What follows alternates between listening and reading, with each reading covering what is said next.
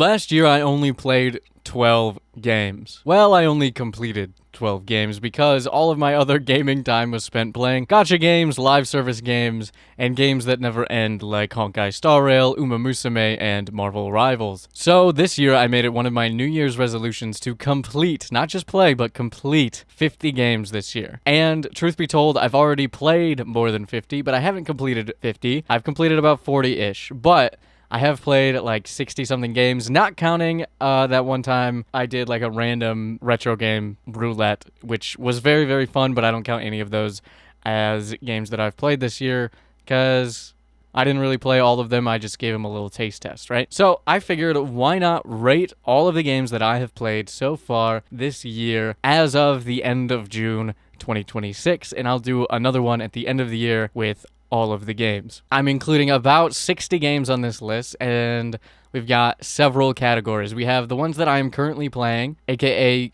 games that I am not finished yet, that I intend to complete. We have DNF, games that I did not finish. We have C, B, A, and S tier. And then at the very top, we have UR. We got to keep it in the gacha realm, right? So we're gonna, you know, I always wondered, it goes like S tier and then SSR goes UR, but shouldn't it be USSR? But I know why they don't do that, but it'd be really funny if they did that. But anyway, let's go ahead and start with the first game on the list, 1000X Resist. I did not finish this game, and the reason is I went to play it early in the year, and I was like an hour and a half in, and the stream was chugging.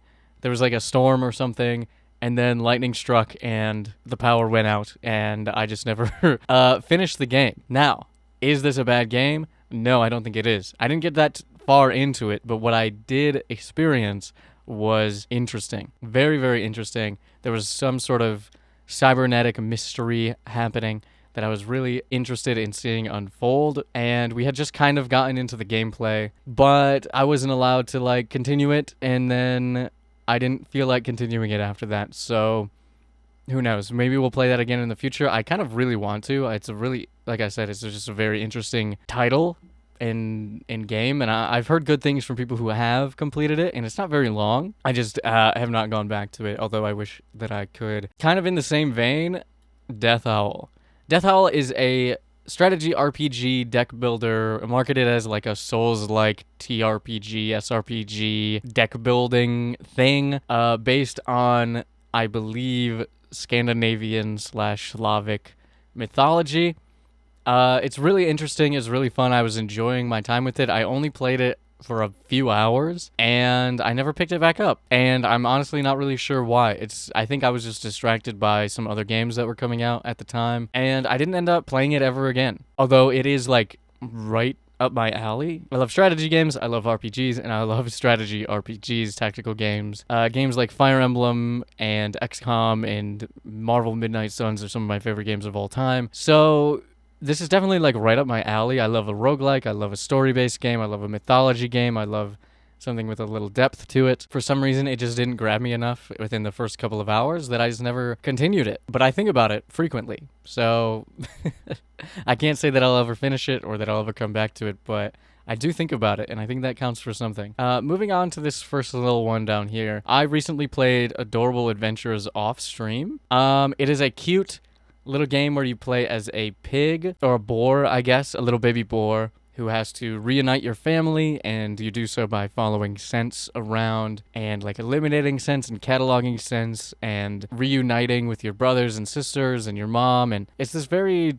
It's very cute, it's very charming, it's very short, and I played it off stream just very quickly, and I enjoyed it. At the same time, I love cute stuff. It's not really my thing. I enjoyed it well enough for what it is, but I do think somebody else might get a lot more enjoyment out of it. And for that reason, I think I'm going to put it in C tier. It didn't grab me, it wasn't amazing, it was very cute, but I guess maybe I just wasn't in the mood for cute. For that reason, I think it goes in C for me. But sort of in the same vein is a game called Gecko Gods, which is a game where you play as a little gecko, and you start off on this island surrounded by like old gecko ruins and statues and this iconography, and it's very, very cool world that is built in the game. And I played the demo for this, in February for my Steam Next Fest video, and I had a really great time in the demo. And when I played the game for real, it seemed like there was a lot more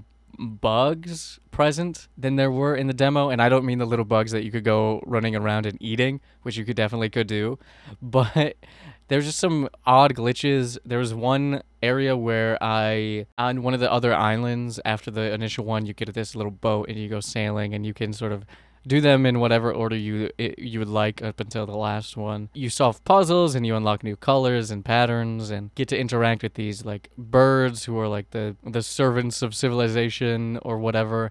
And I really love the world. It's kind of Wind Waker-y in a way that's not really Wind Waker-y at all. And it's a really fun game, but my biggest issues with it were, for some reason, the game would lag incredibly hard after playing for a little bit, and the only way to fix it was to disconnect my wireless controller, and then it would fix it, and it would run at normal speed, and it would feel like I was the Flash. Like, it would be running so slow, and it would do so, like, gradually, so I wouldn't necessarily notice it, and then I'd notice it, and I'd be like, oh my god, I'm barely moving at all. And then I would just have to turn my controller off and turn it back on, and it would fix itself, and I'd be running at Mach speed, and I don't really know what that was about. That was a little strange. And also, there was one part specifically in the game that was bugged for me, and I thought I had missed a puzzle, or I didn't understand what was going on, and I was running around for like 40 minutes just trying to figure out what the hell I did wrong, and it turns out nothing. I turned the game off, I exited out of the game, rebooted the game, and the door that I was unable to open was already opened from the puzzle that I had already did. It was just bugged, and I couldn't advance, which hopefully they've ironed out some of those issues by now, but right when it first came out, it did have a few bugs, and not the tasty, delicious kind. That being said, overall, the experience of being a little gecko, exploring a dead civilization, being the only one around, and being able to explore this world and go sailing and these little islands, it always felt like there was a puzzle to be solved, and there was always like something new to be seen. And I did spend a lot of time just kind of like exploring, and I think that's really what the game does best. The puzzles weren't that difficult. The story is kind of what it is. It's pretty straightforward, but the world itself and just being able to interact with the world as this little gecko in this little ancient gecko ruins and explore these islands was very, very charming, and I had a great experience with it. But it was soured a little bit by some of the bugs and the glitches, and also I genuinely thought the puzzles were too easy, and by the end of the game I was kind of like, okay, and I kind of broke it a little bit. I kind of sequence broke myself and went into the last area before I could do anything, and there was no reward for doing that. I just went in there and everything was stagnant and I couldn't do anything, so I had to leave and then finish the quest that I was doing and then come back, which I thought was very funny and it added some charm, but it does kind of end with like a chase sequence, which I'm not a huge fan of. So overall, a positive mixed bag that it really stuck with me. I think about this game a lot, and I have ever since I played the demo, so I'm gonna keep it in B tier. I think it's like a high B for me. Another game in the same vein is Grow Home. Is an old game, not old, but like it's like 10, 12, 15, I don't know how old it is. Came out a while ago in the 2010s, and it's a very short adventure about a little robot that is sent to this place and has to grow this tree all the way back up to the top to reach the ship that they were dropped from, and gather all this intel on like the wildlife and the plants and everything going on in this little space. And you sort of have to make your way up and figure out how to do it and connect to these different seeds and everything, and just grow home. And it's very charming, it's very cute, it's a very short game, only a couple of hours, and it does have a sequel that I haven't played, but I kind of don't really know if I want to. I kind of enjoyed the experience that I got with Grow Home. Very straightforward. It was exploratory enough to where I felt satisfied doing it, and I'm honestly not really interested in seeing an expanded version of the game. I kind of like that it was succinct and ended quickly, but gave you like a short and sweet experience along the way. And I think it's another one of those things where I think it's a C tier for me. I enjoyed it. I had some fun with it. I liked exploring, but I don't know if I would ever play it again, and I don't really have any interest in playing the sequel, just because the sequel is like the same but more, and there's more options and more stuff to explore, and that all sounds good on the surface, but I'm not really interested in that, if that makes sense. I just kind of like what was given to me in the first one, and I worry that having it expanded will kind of become tedious for me. Where I'm like, okay, but like this was so short and sweet. Why would I, why would I want more? I don't know. Maybe that's just a me thing, but I do feel that way about some games where it's like I don't think it needed to be expanded. I think it was fine with what it is, and I like Grow Home. It was fine. It was a little charming. I did throw some creature off of a very, very tall part of the tree that I was growing, very Drac and the Beanstalk style, and that was fun. But it is kind of like a co-op game also. So I don't know if more of it than what was there would also be infuriating or not. I'm not sure, but I had fun with it. C tier. Next up, let's say we'll do Akai Ito. Is a game that I played, is the first game that I finished, well, it's like, I think it's the first game that I completed this year off of stream. I played the original Japanese PS2 version of the game, not the weird upscaled one that you can get on Steam. I just played the original version of the game. It is a Yuri yokai mystery visual novel on the PlayStation 2. I played a fan translation of the Japanese PS2 version of the game, and I really liked it. It has some weird pacing at times, but I really enjoyed the characters. I like the mystery. I like the supernatural elements of it, and yeah, I like the different routes that you can go down. It's got some great character designs and an amazing cover that before I played it, I had just spent years looking at the cover and being like, man, I gotta play this. And so this year I did, and I had a great time. And it's pretty good. It's pretty light on the romance in most of the routes, but I enjoy the story, and I think if you like a supernatural thriller with a little slight horror elements, with some slight Yuri, some slight GL as well, I think it's a good get if you want to go and play a Yuri visual novel and you don't want to get too bogged down by romance and you're okay with a little bit of pacing issues. Akai Ito is pretty good. I'm going to keep it in B tier as well. Not the best visual novel that I've ever played, but pretty good.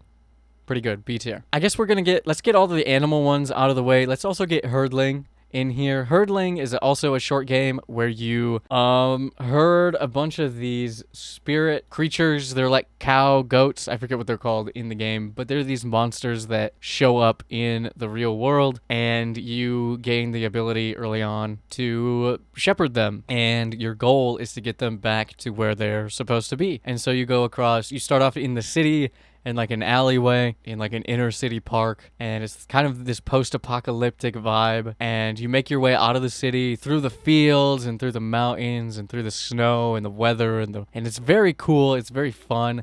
It's very straightforward. There's not a lot of variety in the gameplay, but you get to solve puzzles and save these creatures and herd them back to the places where they belong. And I had a great time actually playing this game. Yeah, I think of all of these, I think it's right up there with Gecko Gods. I think I might put it ahead of Gecko Gods in terms of I think I enjoyed the exploration of Gecko Gods a lot more. Herdling is very much like go to point A to point B, and there is stuff to explore and optional beasts to find, and the environment is really cool, being this like, I always love the idea of like a apocalypse so post-apocalypse that it started to like grow back over the ruins and all these things, nature taking back for itself is always like a cool visual, and it goes kind of from that into just pure nature, and it's very beautiful, very interesting game. It doesn't have a lot of gameplay variety, but I think I'd put it up there right with Gecko Gods.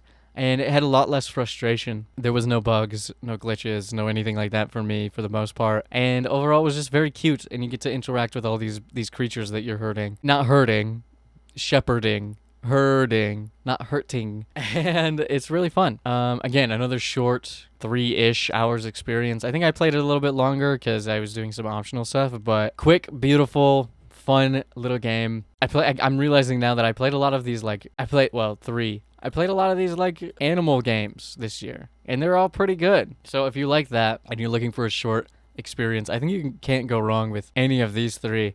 And even Grow Home was not a very long game. It was only a couple hours as well. So I really enjoyed these. I don't know why I've been on the animal games lately. Speaking of animal games, this is a weird one. Not technically an animal game. Mr. Mosquito for the PlayStation 2. I went and I played this game, and I expected something a little weird, a little strange. And what I came away with was maybe one of the best games I've ever played. It is weird. It is strange. It is A game where you play as a mosquito, and your goal in each of the levels is level-based, is to infiltrate this house, this family, and suck blood from each of them. And it's so epic. There's like JRPG battle music if you get seen and you get caught and you have to run away, or you have to go into these little battles, and it's so cool. And there's like different ways you can interact with the environment that can cause the people to interact with the environment that might give you an opportunity. There's like different ways to approach different problems, i.e., how am I going to get this without getting seen? It's very strange, it's very corny, it's very hokey, it's very campy, and it's also very, like, voyeuristic, fetishistic. It's a perverted game. Not necessarily in the way that, like, I don't mean it in, like, the way that you think I mean it, although it is kind of that too. But I think to be really good at something, this is me talking about my own philosophy, but I think to be really good at something, you have to be obsessed with it. You have to understand technique and craft and art. And I think the people who made this game are real fucking perverts. And not just in, like, content, but also in the way that they approach making games, because this is weird. It's weird and voyeuristic, and it's perfect, and I love it. Genuinely one of, if not the best game that I played this year is Mr. Mosquito on the PS2, and I don't know if that's going to be controversial or not, and I don't know if I explained what I mean by what I just said, but, like, you know, when I say they're perverts, I mean in the same way that, like, an artist is a pervert. There has to be a very specific thing that they need to zero in on to produce a specific effect, right? In the same way that I think all writers are perverts, or the good ones at least. Not in, like, sexual deviance, but in, like, obsession over their craft, right? And I think Mr. Mosquito is so purposefully hilariously crafted that it's amazing. The voiceover is insane. There's huge pauses that are like almost awkward and uncomfortable, but they're like on purpose. And like the dialogue between the people is so hokey, it's so funny, and the way that you actually play the game is so surprisingly intuitive that I just kind of went in and was like, oh yeah, this is the best thing I've ever played. It's actually genuinely amazing. And yeah, it is a little fetishy and voyeuristic, but like, yeah, you're watching a whole family unfold their daily lives and being a pest while doing it and sucking their blood. I know I keep saying perverted, and I make it seem like it's this weird perverted fetish game, and it kind of is, but like it isn't though. It like isn't. It's like a good, competent game. It's weird and hokey, but it's like good. It's like really good. I think if you're a weirdo, you should go and play Mr. Mosquito, and you'll have a great time. I loved it. I loved it so much, actually. Like, I had such a good time playing this. And if you want to see me play it, you can go ahead. There's a video of it, and also a stream, but a video of it, and I'll put it on the screen or whatever. But, like, yeah, I had such a fun time playing this game. Genuinely, in the same week that I played Mr. Mosquito, I also played Road to Empress, which we'll just get that out of the way. Road to Empress Chapter 1. Chapter 2 just came out, like, last week. Haven't played it yet. I've heard there's some weird, like, AI stuff in the game that I'm not really a huge fan of, so I don't know if I will play it. But Road to Empress 1 was so fucking good. I don't know if I enjoyed it more than Mr. Mosquito. We'll decide that later on. But I played this game. I played these games back to back in February of this year, and it was like the greatest week of my life. I had so much fun. Mr. Mosquito is only like 3 hours long, 4 hours long, 5 hours long. And it's got like a second. Okay, going back to Mr. Mosquito. It's got a 2-player versus mode that boots you into a separate instance, like in Twin Snake skateboarding game or Snake Eater vampire game in the original. It boots you into a separate instance, and it's got these different modes. But one of them is like a sumo, where you're at the top of this like circular mountain is the arena. But it's a 2-player game. But instead of sumo, it's 2 office men on bicycles trying to push each other off. So funny. There's a different mode. There's like time trials, and there's like a hard mode and all this stuff. You get different rankings, but there's just so much more to the game than I thought there would be. And it starts with like a 15-minute insane intro that I'm like, what is this? But it really sets the tone for the game. But anyway, enough about Mr. Mosquito. Road to Empress, I played in the same week. I beat it in a single sitting in like 6-7 hours. And I cried, I laughed, I had an amazing time. However, I was so good at this game that it pissed me off. One of the biggest points of Road to Empress, and really any visual novel or FMV game, especially classic style ones. I think visual novels are a little bit different nowadays. They have different things going on, but Road to Empress is a lot like classic visual novels where there's a ton of bad endings that don't really lead to anything, but they give you context for the world and the characters that you are interacting with. And that's really important to flesh out the world and give you all this extra detail, and of course it increases playing time. But I would argue that in a game like Road to Empress, the specialty of the experience, the uniqueness of the experience, comes from how much of the game you see.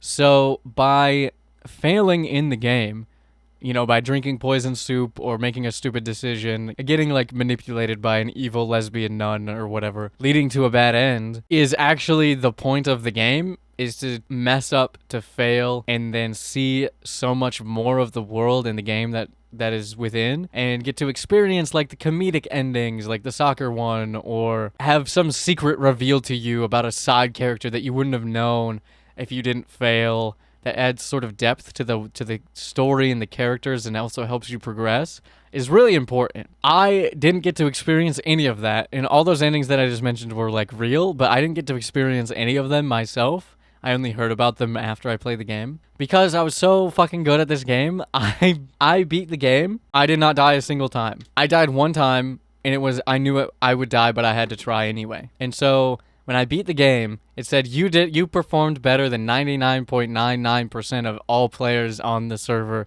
meaning like the global server or the NA server or whatever. And at once, that felt really, really, really, really, really good. But also, I realized even in the moment that I missed out on like 98% of the game. I didn't get to see most of the game. And I enjoyed what I did see. Like I said, I laughed, I cried, I loved the story, I had such a good time. But I didn't get to see almost any of it. And so it was this weird mixed feeling of me being like, I'm the fucking GOAT and I hate it. Oh my god. Outranked 99% of players on this server. Do you see this behind my head? Outranked 99% of players on this server.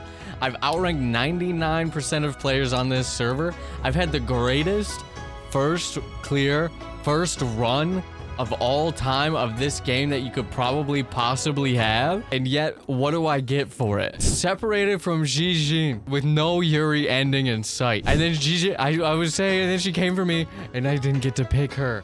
Are you serious? All these choices? Endings unlocked 1. Endings unlocked 1. And all I get is doomed Yuri with Gao Yang, super toxic dead Yuri with our childhood friend who wasn't really Yuri in the first place, and no Yuri with Jijin. I'm a genius. But at what cost? At what cost? I'm the GOAT. And yet I still can't win. To 999 flowers. 99, 99, 99. I genuinely was so distraught, but also proud at the same time. I was like, I'm the fucking GOAT. I hate it.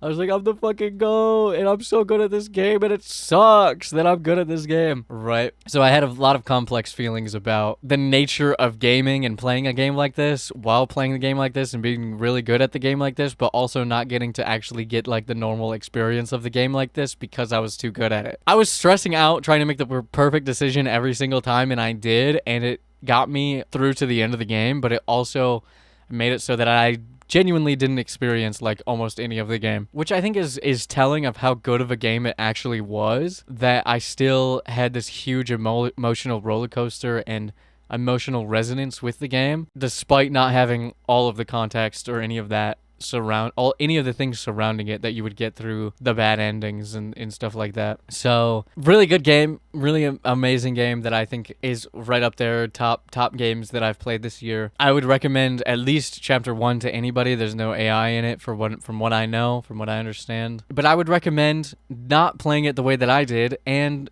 fucking up a whole bunch. It makes it last longer, and it also gives you a lot more to play with and a lot more to work with and a lot more to see. And while I am really proud that I am goated, I also do feel like a lot of regret for just not playing the game in a way that I allowed myself to fail and got to see everything about it, and instead being perfect. Although I did have fun agonizing about every single decision and being like, well, what if it does this and then this and then this, and then theory crafting.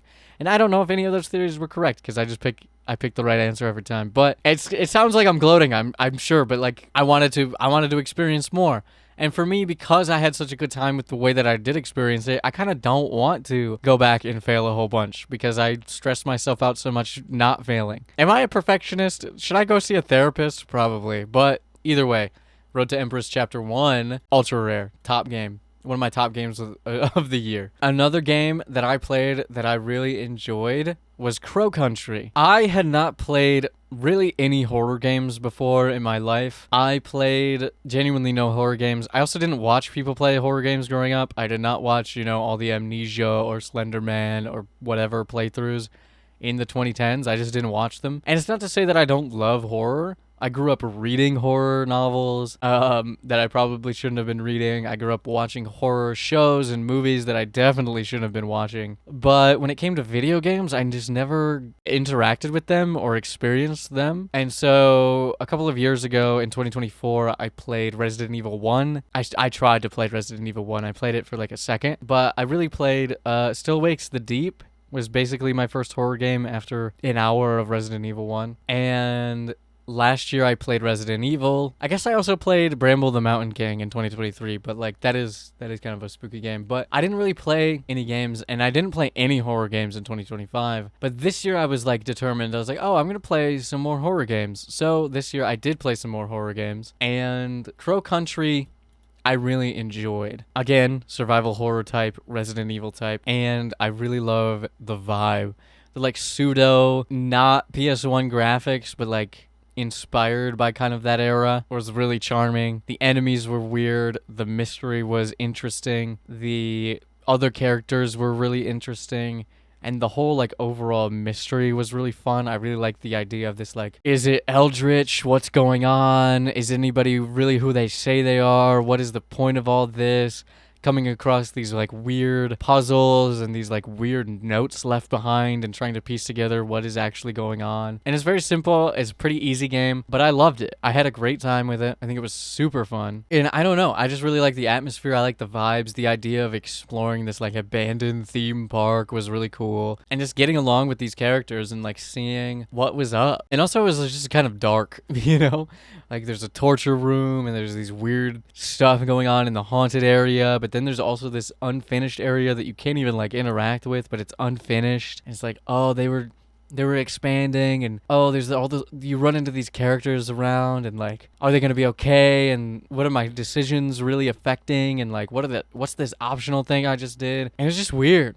And it's like, oh, I ran out of ammo. What am I gonna do here? How am I gonna get through this? What are these puzzles gonna happen? Like, what does this even do? Is it worth it? And then you do it and it connects. And it's got this very nice and tight level design that I really enjoyed. And certain things connect to each other. And it was like really, really fun to be like, okay, this is my task. And now I gotta do this task, but I also have this thing to do. And this connects to this. And how does this work? And it genuinely is like the classic survival horror / Metroidvania type task list that is just so satisfying to complete. And I had a great time playing Crow Country. It is genuinely one of my favorite playthroughs that I've done on the channel this year. It was super fun. But the reason it's only an A tier is because I played it coming off of the back of Resident Evil 2, the original version of the game. I played the GameCube version of the game, but it's the original version of the game still. Resident Evil 2, I enjoyed Resident Evil 1. I went back and I finished it after my initial attempt playing it. I finished it in either 2024 or last year, I can't remember. But I finally got around to playing RE2, and RE2 is so good.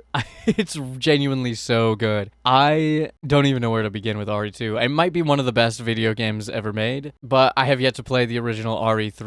So once I get through RE1 through 4, I'll get back to you on which one's the best of the classic RE games. But Resident Evil 1 was really good. It really set the foundation. I love Jill as a character. She's one of my favorite characters. I knew her previously because I grew up playing a lot of Marvel vs. Capcom 2 and 3, and I always liked her design and what she had going on. But like actually getting to play RE1 was super fun. But RE2 is RE1 fully realized. It is so fun to be able to explore more than just like an old house and actually be in the epicenter of what's going on in Raccoon City and just getting to walk around, see what's going on, play both Claire and Leon's perspective, get introduced to these iconic characters, and see where it all started. But also, the gameplay is so much more fluid than RE1. I still have a big heart for RE1, but RE2 is so interesting. There's so much going on, and it almost genuinely follows like the same formula, but it's just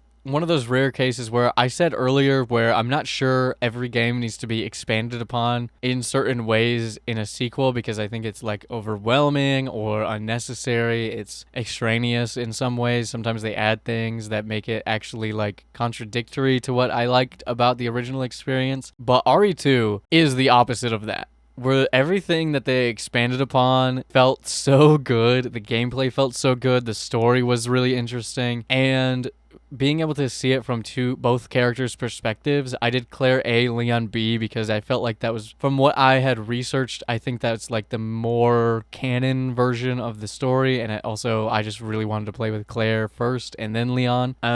So that's what I did, and I had a great time. Getting chased around was always fun, and being like, ha, what the fuck is this guy doing? You're not gonna do anything, and then juking him, and then he gets like a little too close, and you're like, whoa! And then like maybe like running into the zombies on the basketball court, and like going down into the lab and seeing what's going on. And then also getting to see like some optional stuff that actually helped me out, and being like, oh, wait, I'm struggling with the final boss because I don't have any ammo for this weapon. But wait, there's that one area I didn't go to. So if I just go there first, oh, I missed this completely. And then there's all this stuff, and it actually helps me out. And it's like, there's so much stuff like that in the game where it's like Resident Evil, Zelda, Metroidvania, those 4 series, I think all have this like insane exploration plus task list that's really rewarding to maneuver through. Where in Resident Evil 2, of the 2 games that I've played of RE so far, is like exemplary for that. It's so good, it's so fun, and it's so satisfying to be like, oh, I get it, but also to like do something and be like, I don't know what that does yet, but I have this other thing that I need to do, and also this other thing, and by completing this other thing, it's revealed that, oh, I need to do this for this, and then it's like this never-ending thing, propels progression through all the way, and I think RE2 just does that so fucking good, so well, that it's, again, one of my favorite games that I've played this year. It might even go into UR by the time we're done with this list, but for now, we're going to put it in S, because I had such a great time with it. And I also don't think my experience with RE2 and Crow Country, because again, I played Crow Country after RE2, and I enjoyed both of them so much, but the distance between them wasn't that far. I just felt so enamored by RE2 that I think it deserves at least an S tier, if not higher. All right, Deadpool. We're going to go for Deadpool first. I did not finish this game. I have finished this game. I played it way back in the day, probably too young, and I enjoyed it and I played it. However, I tried to play it again via emulation because it's impossible to play nowadays. It's not on PC and physical media and all this stuff. Activision rights or some BS like that. It was like delisted, added, and delisted from the Steam store like 3 times, and right now it's just completely inaccessible. So I tried to play the PS3 version of the game through RPCS3, and it doesn't function. It plays well, but the audio is broken, and I could not fix it no matter what I did. So I just didn't finish it. I played it for like an hour and a half with just the worst audio of all time until I was going insane and I couldn't handle it anymore. So I didn't finish the game. I have played it before though, and it is a really fun, really competent action game. This time around though, we're going to put it in the DNF. I think if I had gotten to play it again properly, it'd probably be a B tier, but so far it's like the worst of the DNFs just because it's impossible to play properly, and then also when you do get it playing, it don't work. I guess I could play a different version of the game, but it did lead to a good bit where I was like, well, what would Deadpool do? And then I just started playing Uma Musume on my Deadpool stream, and then people came in and were like, ah, yes, Uma Musume. Exactly what Deadpool would do. And I was like, yes, you get it. Deadpool's playing Uma Musume, and it was a fun bit, but didn't get to play more than the opening of the game. Darwin's Paradox is a Konami-made game that was announced a few years ago in such a way that gave homage to Metal Gear Solid. There was like a box, and then it revealed that it was an octopus, and everybody was like, what the fuck? But it came out this year, and it's actually a really fun game. It's a side-scrolling, platforming, somewhat-y of a puzzle game where you play as this octopus named Darwin, and this, like, pseudo 1950s sci-fi era where there's secretly aliens, and they basically are making, like, weird goop food and trying to take over the place, but they've, like, kidnapped Darwin and Darwin's friend, and his goal is to, like, get into the factories and make it through and stealth his way through this, like, alien hideout to rescue his friend. And it's really fun, and it's very, very much a beautiful game. The demo that I played, again, for the Next Best Video was Metal Gear Solid themed, which is really cool. And you actually get to play that section again in the regular game, and it's not Metal Gear Solid themed, but you can get a Metal Gear Solid skin, so it could be Metal Gear Solid themed if you wanted to. There's also different skins. You could be like a little cow, as in like the UFOs abducting cows. The game itself looks like it would be kind of like, you know, like Limbo inside-y, and it kind of is, but it's less of that in figuring out what you need to do and more of just like kind of like a hold the W simulator. It's fun, don't get me wrong, it's really fun and it's really good to look at, and I really enjoyed the story and like the optional stuff, and getting to see all the fun and like cheeky readables and stuff is really cool. It does have a very good sense of humor, but at the end of the day, it's extremely easy. It's basically a whole W simulator, and you just go stealthing through these like really cool set pieces, but at the end of the day, they kind of are just set pieces. Not so much difficulty in puzzles, not so much difficulty in exploration, but also not an overly long game. It's like 5 hours, maybe 4 or 5 hours. It was cool to see, and I think I'm gonna put it in B tier. I enjoyed playing it. It also had a couple of weird bugs that I just kind of had to put it away and wait for the update to come, and then update the game and then come back to it. But yeah, I enjoyed it. I think it's really cute. I think it's really strangely high fidelity game. Beautiful to look at. Very solid identity with the world, and like I said, like the pseudo 1950s 60s alien invasion goop factories, and like very comedic and a surprisingly downer ending. I don't want to spoil it for you, but yeah, I think it's definitely worth a play, but not one of my favorite games this year. I'm glad I played it. I'm glad I got to experience it. When I think back on it, I'll be like, oh yeah, that game was pretty charming, huh? B tier. From there, Demolition Girl was recommended to me while I was playing or after I played Mr. Mosquito. In the same kind of vein, this is I forget what they're called. Demolition Girl was originally made by Tamsoft, who you might know as the developers of games like One-Chanbara and some fighting games, I guess, Battle Arena Toshinden, and some surprisingly popular games over the years. But what they're most known for is this thing called the Simple 2000 series. Now, they weren't the only ones who developed for this Simple 2000 series, but what it was a Japanese developer's like budget-friendly experimental games on the PlayStation 2. They were these like cheap to make, asset reusable type games that usually had this like weird premise to them.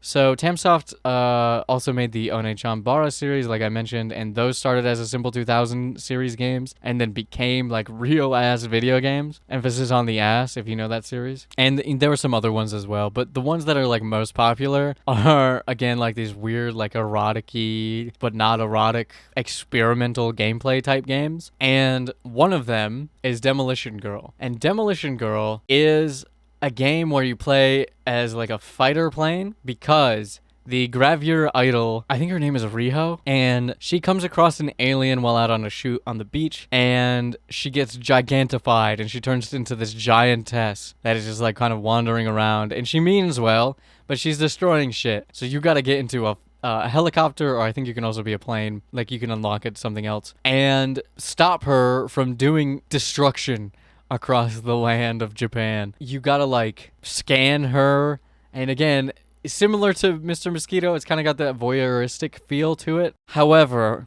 the thing that sets it apart is that the gameplay is complete garbage. It is so frustrating to play. You fly around, you scan Riho, you shoot stuff, you go through these episodic levels where, like, at one point she gets, like, taken over by the aliens, and then she's, like, scaling a skyscraper, and they're trying to abduct her, and then they're, like, possessing her, and it's, like, the story is fun and interesting, and the premise is interesting. You also get to, like, not only just, like, scan her voyeuristically, but you get to, like, throw out these, like, extra secondary quote-unquote weapons, which are like cupcakes or music or whatever that cause her to like interact differently. So like she'll squat down to like eat the cake, or like she'll start dancing to the music or whatever, and you gotta like shoot her, or like shoot the aliens around her, or keep her safe, or like shoot the thing on her head that's possessing her, and blah blah blah blah blah. And there's also like a highway chase sequence where you're like a tank, and she's running along and throwing cars at you, and you gotta like survive and shoot the cars and like not run into any civilians. And it's genuinely like an interesting game, but the problem with it is the way that it actually plays is so frustrating. It just kind of doesn't work.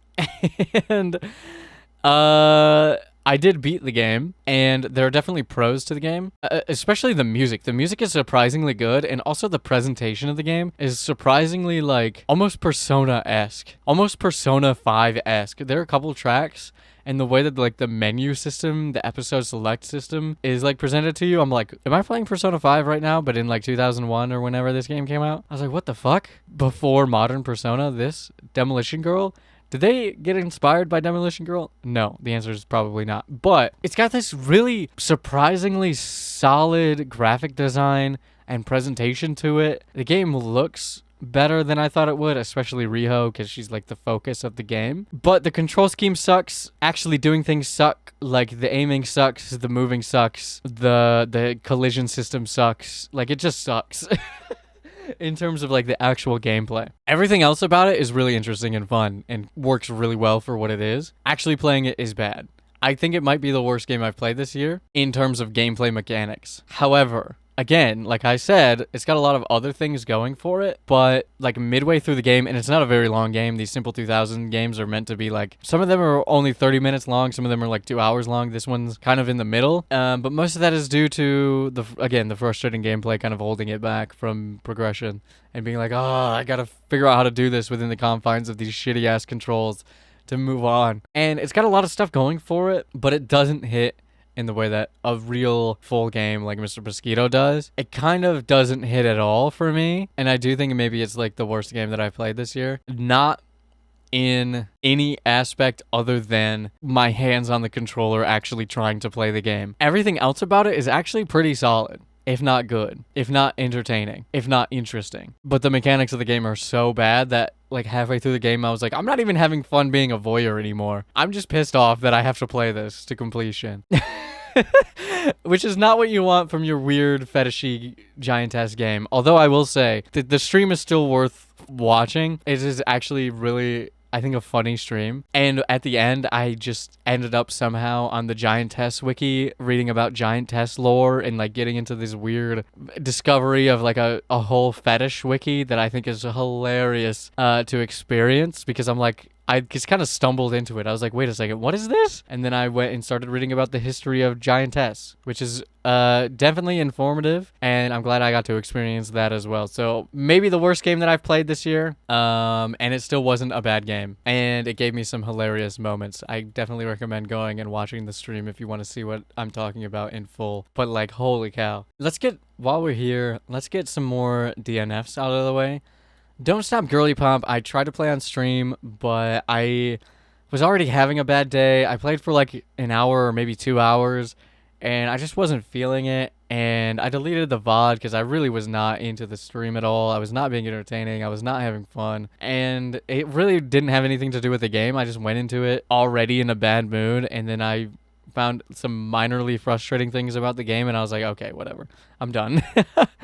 So I wouldn't say it's incredibly like the game's fault. However, I do have some actual problems with the game where like I didn't enjoy kind of what I was playing. Again, I really enjoyed the vibes of the game. The aesthetic of the game is this weird like over maximalist digital late 90s Y2K kind of internet era mixed with this like girly gyaru bubbly type visual aesthetic that I actually really enjoyed aesthetically, but actually playing the game kind of wasn't that fun. And there were a couple things that I just wish were different about it, like lock on or like enemy identifier or whatever it was, covering the enemies to where like I couldn't actually see them or what there was going on, and there's just this big like stars or hearts on the screen. I can't remember which one they were, but and some of the movement felt weird. It wasn't as intuitive as I was expecting, and I kind of ended up just not enjoying playing the game. And I get that the point was to be like over maximalist aesthetic, slightly, but I think some of the gameplay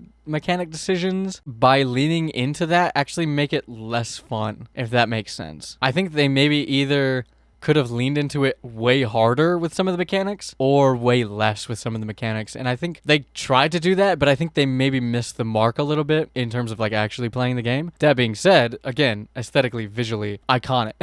Iconic. But I just really wasn't in the mood when I went to play it, and then when I actually played it, I didn't enjoy it so much. And maybe if I gave it another shot, I'd like it a lot more in a better mood, but I kind of wasn't jiving with it, even though I went in expecting to just absolutely love the game because it seems like it'd be right up my alley. It's this movement shooter with different weapons and stuff, and it's got this girly pop aesthetic. I thought I would love it. I played it for Mother's Day because I was like, oh yeah, we're mothering today. But I ended up not enjoying it so much. So DNF. Another DNF, Lost Records. I just kind of didn't feel compelled to finish it. I played it one time. The premise was interesting. The setup was interesting. I liked this kind of like adventure gamey type thing where I get to like explore and something's not right's going on. And there's something underneath that's kind of spooky, that's weird and mysterious happenings. And it's this coming of age game, and it's like this weird teenage experience that we all shared, and we're coming back to reminisce about it, and maybe somebody died, and maybe something happened, and it was compelling, but I kind of got bored. And my ADHD kicked in, and I literally, where I ended the stream was when you're in the house in the woods and you got to solve this the puzzle. And I literally solved the puzzle, and then I was so distracted, full ADHD mode, kind of bored with it, that I was like, forgot how to get to the second level, to the to where I knew the solution to the puzzle was, and like put all these pieces together, and I was like walking in circles and I couldn't focus. And I was like, if I'm playing a game and I'm this kind of like out of it and bored playing it, maybe it's just not for me. Even though, again, nothing wrong with the gameplay, nothing wrong with the story or the experience of it, and I thought it was actually really intriguing and really interesting, but like it got to a point where I was just kind of locked out. My mind was not focused on it, and I was like, I don't really want to play this anymore, so I stopped. And I don't think that's really any merit against the game. Whereas something with like Don't Stop Girly Pop, I actually had like a couple of issues with the way that the game played that I think were legitimate issues. With Lost Records, I just kind of like, I feel like it's just kind of more on me. I was just like, I don't really want to play this anymore.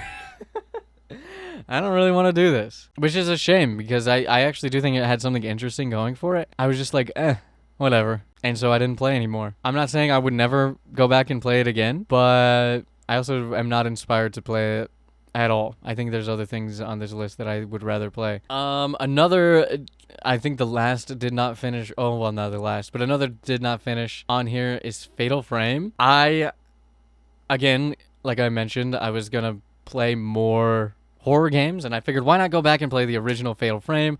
The Fatal Frame 2 remake was coming out or had just come out, and I was like, oh, it's in the zeitgeist again, and I know people love Fatal Frame, and some of the people's favorite horror games of all time are Fatal Frame. I know some content creators that really love these games, like I think Gab Smolders loves Fatal Frame, and Mitt Phantom and some other VTubers love Fatal Frame, and a lot of people love Fatal Frame. A lot of Jesse Cox and the Scary Game Squad, I know they love Fatal Frame. And so I was like, oh, well, I've never seen anybody play it. I've avoided it. I was like, well, what if I experience it for myself for the first time? And I played the opening mission of the game for like an hour, and I beat the tutorial boss, and I was like, I'm scared out of my fucking mind. I have to I have to play something else.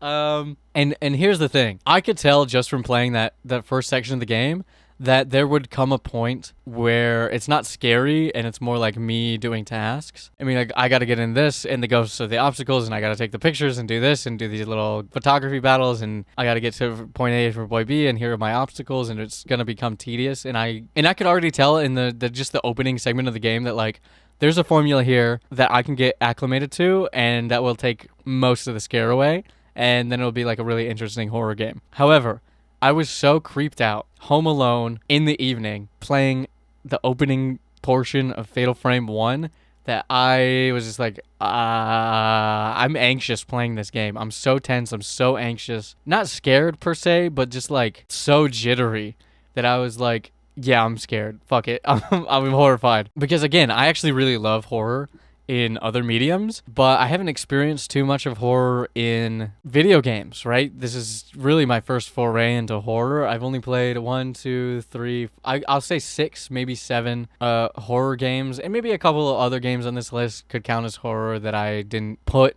on my horror games list because they're more like thriller-y or whatever. But Fatal Frame was scary. And it was so scary in a way that was like, even though I know that this is just like a tedious task completion obstacle, get out of the way, Echo Nighty type thing, I'm still scared even though I know that. And I think it's because of the interactivity of the video game medium kind of got me a little too much. The atmosphere is so tense and anxiety inducing with the music and the ghosts that appear, and just in that first little bit, I was just so tense and so anxious that I was like, I think I went from the shallow end of the pool and thought that I could just jump into the deep end, thinking that I could swim, but I should have walked out in treaded water a little bit first. So we're definitely going to play Fatal Frame again in the future once I have a little bit more horror gaming experience under my belt. Because, again, I love horror.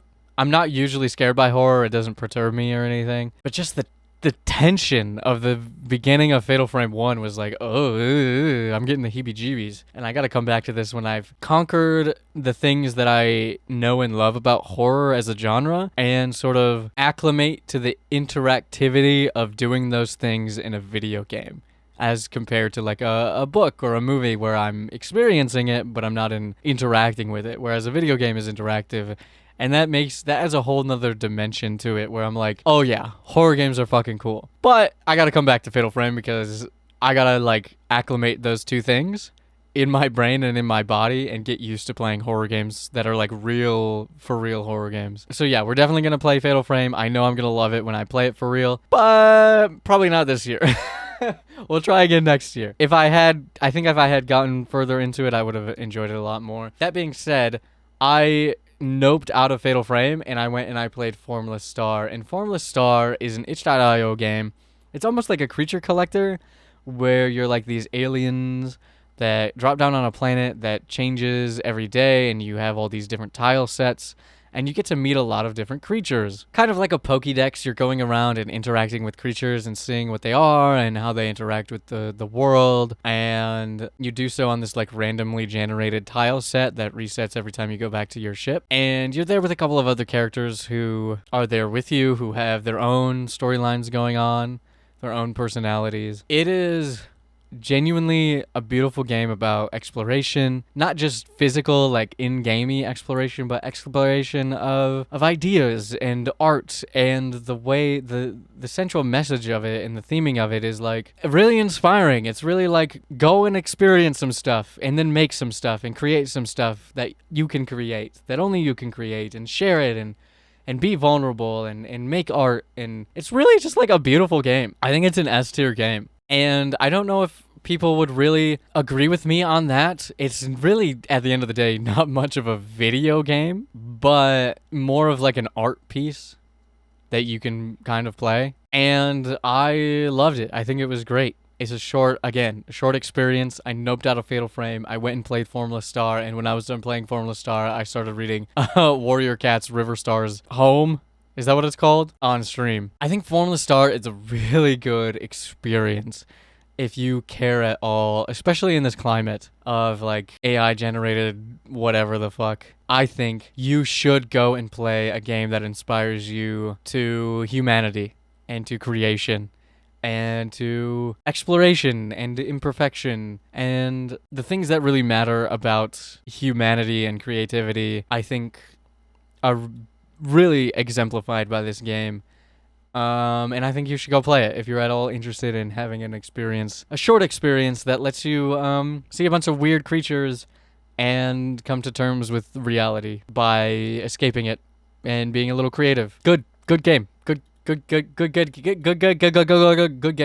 Good game. I recommend. The reason I discovered this game is because I clicked onto a stream that VTuber that I like. Her name is Nimimiyane. She's a mouse girl. She's very awesome. I clicked onto her stream of her playing a different indie game that had just come out, which I can't remember the title of. It's long. It's a fishing photo type game. I didn't watch. I don't know what it is because I didn't watch it at all. I clicked onto the stream. It was like the end of the stream, and she was recommending. She's like, "Oh, there's a dev in the chat. You should go play Formless Star." And then I clicked out of the stream and just wrote it down because I didn't want to see what game she was playing because I kind of wanted to play that game myself. And I also didn't want to hear anything about Formless Star. And so I don't know what that game was about at all. And I didn't know what Formless Star was about at all. But a few weeks later, I ended up playing it after I noped out of Fatal Frame. And I'd like to give a big thank you to Nimimiyane for mentioning this game in passing, in happenstance, in circumstance, just the very moment I clicked onto the stream, long enough for me to hear the words Formless Star and then click out of the stream again. So I wasn't influenced about the game that she was playing that day or Formless Star at all. So thanks for that, because I had a great experience. And I really loved it. And I had a lot of pretentious thoughts about it, which I think is always good. We need more of that in the world right now. Go make some stuff. Go play some stuff. Go experience some stuff and have fun. And be real. And fuck AI. And we love art and humanity here. Let's be pretentious together. It's kind of my thing. I'm the punk professor of poetry and magic. Not a single one of those words is not pretentious. So, right up my alley. Hades is a game that I played on stream a couple of times for a couple of hours each, and I had a hard time making progress in the game, not because I thought it was difficult or anything, but because I couldn't focus on stream. When you stream, there's so much coming at you, and even if there's nobody in chat, even if, there's still so much I have to keep in mind. My brain is like spread thin. And there's a lot happening when you're streaming. Pulls your brain in different directions, and it's a lot of multitasking that I think Northern Lion said it best when he said you get CTE multiple times a day every single stream. Because that's kind of true. I feel like I'm so much dumber when I'm on stream. I feel so stupid on stream sometimes, especially when it's a circumstance where I know if I was just doing this off stream, not being entertaining, not worrying about OBS, not worrying about connection issues, not worrying about chat, not worrying about being entertaining or anything like that, and just experiencing something on my own time by myself, I would be leagues more competent at. And Hades was one of those things where I was like, I'm not really having fun playing this because I'm playing it on stream, and I recognized that, and I put it away for a few months, and then in June, I played it on my own time by myself. I was like, you know what? I think it's been enough. It's been a few months. I played it on stream in February, and I was playing just like a lot of goated games in February now that I'm thinking about it. But I took it off stream, let it sit for a few months, and then played it on my own time. I played about 12 more hours of it off stream, and I had a great time. Did I 100% the game? No. Did I do more than a few completion runs? No. But I did what I wanted to get out of the game, and I had a great time. And I think it's a pretty damn good game. And I can see why people were obsessed with it when it first came out. You know, I only got to experience it now after Hades 2 is out, after Hades 1 has been out for years, and there's these huge fandoms around it and all this stuff. I was not privy to any of that. I was only privy to my own experience with it, which was none. And I ended up really enjoying the game. And I think a lot of that enjoyment came from just me playing it on my own time, doing a run here, doing a run there, waking up, doing a run, being like, I'm procrastinating my offline work a little bit. Let me go do a Hades run. And then I did. And then I had a great time, and then I went back to work, and then I was like, okay. And then I was like, okay, I need a little break. Let me do a Hades run. And I played it in the way that a roguelike I think is meant to be played, by like just coming back to it, instead of just like steamrolling through it. You know, what like you might do on a stream where you play for like 2 hours or 6 hours or 8 hours or 10 hours at a time of a game that's got you like doing incremental progress that feels a lot more satisfying when you put it down for a bit and come back to it. Which is a genre of game that I really, really love and that I mostly play off of stream. And so I did that with Hades. I took it off stream and I had a way better time. I felt way more competent. My brain was working way better. And I didn't actually have to use that much of my brain at all because I wasn't streaming. And I feel like that ended up being like a great experience. I don't think if I was going to play Hades 2, I don't think I would play it on stream. I think I would just play it on my own time and enjoy myself, because that's what I did with Hades 1. And I think it's an A game. There are some things about it that I'm like, okay, sure. But overall, I like the characters, I like the gameplay, I like the bosses, I like the vibes. I've always loved Greek mythology, and seeing a new interpretation of it is always fun for me. And yeah, it is a fun game. I love Dusa. Does anybody else love Dusa? I love Dusa. Asexuals represent. Devil May Cry is a game I just finished. Devil May Cry 1, I played for the first time a few years ago. I have not played any of the other Devil May Cry games. I played a little bit of the DMC reboot when it first came out, but I don't remember anything about it, and I don't think I got very far into that game. And so it doesn't count. But I played Devil May Cry 1, the original, for the first time a few years ago, 2023 or 2024 or something like that. And when I played it in a single sitting. I beat it in a single sitting. I spec'd almost entirely into Ifrit, the fiery gauntlet weapons. I didn't really use the swords. I also didn't really use Devil Trigger the entire time I played it the first time. And I played it in 1 6-7 hour sitting, and I thought it was amazing. I had a great time. This time around, playing it again, I actually tried to play the game properly. I realized that I didn't really engage with all of the mechanics the first time around. It's been a few years, enough to where I kind of forgot what was going on and what I was doing. And I played it on stream, and I felt way dumber, and it took me 3 streams, and I was like getting frustrated a little bit and being like, what do I need to do? Where do I need to go? Let me just look it up. I don't really want to figure it out for myself because I'm on stream. And while I was playing it, I was coming back to it in a way that was like, I kind of remember, but not really. And so I was getting frustrated that I like remembered incorrectly, or I remembered something else and it was like these fuzzy, vague memories of playing the game, rather than like a game I was like knew like the back of my hand. And so it added a little frustration to it, but it also added like a different way to play the game. Like I was actually engaging with the systems more. At the same time, I was kind of engaging with the game itself less, if that makes sense. Like I was engaging with the systems more, but I was getting more frustrated with the game. Not the combat mechanics or anything like that, but just like, I gotta do this puzzle, or I gotta go over here, and it's not really a puzzle, but I went the wrong way, and it's like, ugh, you know what I mean? Stuff like that, where it's just like little things that I wasn't frustrated by the first time around, that the second time around I really actually like started noticing, and I was like, I think if you asked me the first time around what I thought of Devil May Cry, I probably would have put it in A tier, but now I think I'm gonna put it in B, maybe C. I think it's probably the bottom of B. Maybe this is recency bias, and also because I played the game before and I enjoyed it a lot more the first time I played the game. But I'm also not the type of person who really replays completed games. You know what I mean? I do sometimes, but not really. I was kind of just like, yeah, let me just get this over with when I played it, which is not really the mindset that you should be having when you play a game, but I couldn't help it, if that makes sense. So I think it's the bottom of B, maybe top of C for me right now. I think part of it was also that I'm way more excited to go and play the rest of the games, even if something like Devil May Cry 2 turns out to be complete garbage like everybody says it is and I don't like it. It'll at least be a new experience for me, which is something that I am way more interested in. It's also kind of the reason why I don't really want to go back and play and figure out all the things that I missed about Road to Empress Chapter 1. Just because like I played it already. I kind of don't really want to play it again. You know what I mean? Same thing for why I don't really want to go back and play RE2, Leon A, Claire B, because I played Claire A, Leon B. I don't really need to go back and play more. I'm not really a replay games kind of person unless it's been a long time or there's a nostalgia to it or I'm really, really in the mood to do it. I don't really like to re-experience things. I'm not a rewatcher or a rereader or replayer. And I think a part of that came out when I was playing this game because I was definitely like way more locked out. There's a clip, I just posted this the other day, a couple days ago.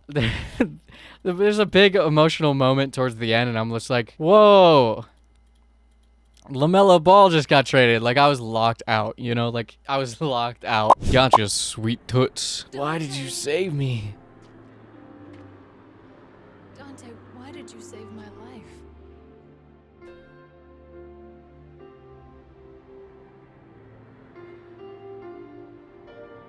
Because you look like my mother. Oedipus. The next time we meet, it won't be like this. Oedipus. Dante! Don't come any closer, you devil! You may look like my mother, but you're nowhere close to her. You have no soul. You have the face, but you'll never have her fire.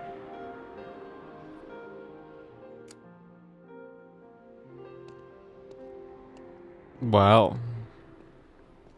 The Charlotte Hornets just traded LaMelo. But I still think it's a good game that everybody should give a chance at least once. And I think mostly I'm going to be remembering my first time playing the game, where I really did enjoy it a whole hell of a lot more than this second time around. So yeah, let's go with that. Okay, so the next game on this list is Final Fantasy IV, and I'm putting it on the did not finish list. I did not finish this game. I really enjoyed this game. For the past 5-ish years, I've been going through each of the Final Fantasy games on my own time, and I decided finally, you know what, let me stream Final Fantasy IV. I'm on 4. I enjoyed 1, 2, and 3. Final Fantasy 1 I used to play all the time when I was a kid, but I went back to it, and it was still really good. And I love Final Fantasy 2 and Final Fantasy 3. So I figured let's go ahead and play Final Fantasy 4. Now, there's 2 versions of this game. There's the 2D version and the 3D version. I was playing the 2D version, which is the original version of the game. I was playing the PSP Anniversary Edition that comes with Prelude and After Years and all that stuff. But I was just playing the base game, and I really enjoyed it. And I got to a point, I don't know if I was halfway in the game or a third of the way into the game or a quarter of the way into the game. I'm not sure. But I got to the point where the main character becomes not a Dark Knight. We figure out who the real villain of the game is, and we move on from there. And I think, a classic gamer move. I think anybody who's ever played a JRPG or any kind of RPG knows exactly what I'm talking about. But I lost a battle, realized I hadn't saved in quite a while, and then got so put off by how much of the game I had to replay, which was actually genuinely not that much. But at the time, it was like, oh, I don't want to do this. And then I just never played it again. It's been a few months, and I've been like, ugh. But I also think part of the reason was I kept having to push it back on my schedule. So I started playing it, and then I didn't play it for like 2 or 3 weeks, and then I played it again, and then I didn't play it again for like 2 or 3 weeks, and I was like, I can't do this. I have to play this game like in a quicker time frame. Even once a week would be better than this. I just have lost all motivation to play it. I want to go play something else, and so I went and played some other stuff. And that's not to say Final Fantasy IV is a bad game at all. In fact, I was having a phenomenal time while I was playing it. But I basically got skill diffed by the game. And then I was like, not even skill diffed. I didn't, not even. I was just like, not even skill diffed. What's it called? Interest diffed by the game. I was just like, oh, okay, I got to redo the stuff. I'll do it some other time. And then it's been some other time, and I'm like, do I really want to? And the answer is yeah, kind of. I do actually want to go back and finish this game because I think Final Fantasy is amazing. I love Final Fantasy as a series. I've never played Final Fantasy IV before, so this was my first time playing it. And I was having a great time, but that great time was spread out so much, and then had a little setback, and I hit like a little molehill. And I was like, well, it's a molehill, but like, it's like 2 or 3 molehills, so I'm gonna come back to it some other time. And I haven't come back to it yet, but I definitely will. I will promise you all that right now. It's definitely not a game that I'm okay with not finishing. You know, like, it was good. Like, I had fun playing it. My interests, my whims were swept in another direction because I was taking so long in between each session of the game that I was like losing my interest, not in the game itself, but just in the idea of playing it again. I was like, oh, okay. And that happens sometimes with me where I'll be playing a game, and then for some reason I can't play it that day for whatever reason, and then I gotta push it back a week or 2 weeks or whatever, and then I'll be like in the middle of the game, and I'll be like, but we waited so long, and now I want to play something else. Something else is my interest, and I am a victim of my own whims, I guess. I have to want to do something to do it, and sometimes I just lose that spark because I've put it off for so long, and I've procrastinated doing it for sometimes legitimate reasons, sometimes not. But then I'll be like, all right, whatever, I'll come back to it someday, and then maybe I don't. But with Final Fantasy IV, I definitely will. It's not a DNF permanent, it's a DNF for now. The same can be said about One Piece Odyssey. One Piece Odyssey, I love One Piece. I was getting re-obsessed with One Piece. One Piece is my favorite thing of all time. It's like one of the only manga I've ever cared about rereading. One of the only anime I've ever rewatched. I've watched... What the hell is Roscoe barking at? Hold on. Uno momento. Alright, I'm back. I think he just wanted my attention. He was barking at nothing. So I sat with him for a bit. But anyways, next game that I played early on in the year was Game of Thrones, the Telltale game. And I had played the Game of Thrones Telltale game a decade plus ago when it first came out, and I really enjoyed it, and I had a great time, and I played it again to start the year, basically, and it's not a bad game. It's not a bad game, but I think it is hindered in certain aspects. I will say, I think it was memorable enough that even, I don't know, 15 years later, whenever this game came out, I don't know, 10 years, 15 years later, I played it and I still remembered a lot of stuff about it as I was playing. I started playing the game and I was like, I don't remember anything about this. And then every time something was happen, I'd be like, oh, I remember this, right? So I think it has the memorability going for it. However, I also think it might be like one of the worst Telltale games in terms of interest for me specifically. When I think about games like The Wolf Among Us or Tales from the Borderlands, the first one, or The Walking Dead Season 1, there's something special about those games that make them really interesting. And I think the biggest problem with this game is, one, a lot of the exploration is unnecessary. It's kind of later on in the development cycle before they went bankrupt, where they were like less and less on the adventure gaming stuff, but also the choices started mattering less and less. I think it's just not as impactful, even though it is Game of Thrones and it still has all those Game of Thrones isms and Song of Ice and Fire isms to it that make it actually genuinely really interesting from like a character perspective and a world perspective. But there's something just so dissatisfying about it that I couldn't quite put my finger on, because I really enjoyed the political intrigue, and I enjoyed some of the stories that were being told and the characters that you get to play as. And I genuinely love House Forrester. I think House Forrester is an amazing addition to the world of A Song of Ice and Fire, and I really enjoy the characters there. And I think as an expansion of what Game of Thrones is and was at the time, it does a great job. But I think also because of that, it's also hindered in a way because it's an expansion of an existing property. I know that probably doesn't really make sense because the majority of Telltale games are expansions of existing properties, but there's just something about this one that was like, I like these characters. I think this is fun and interesting in what's going on. And I also don't think that it's going to matter at all. And I don't really think I'm ever going to play it again. Right. I've talked extensively as I've started playing more Telltale games, and especially when I played Dispatch at the end of last year, about how I think I don't really care if the choices you make matter in a game, because I think it's more about the role play and the journey. And I don't really necessarily think the destination is what's important in storytelling and gaming and all of these things, because I think it's way more satisfying to play a role and depict a character and what choices would this character make, and even if it doesn't change everything in the grand scheme, what they might do on the micro level I think is really more interesting, and it helps build a character and it helps make an interesting journey. Because like, if you think about it from like a fantasy perspective, like a classic high fantasy perspective, you know that there's probably like a bad guy and a good guy, and it's good versus evil, and there's probably like an item, a MacGuffin,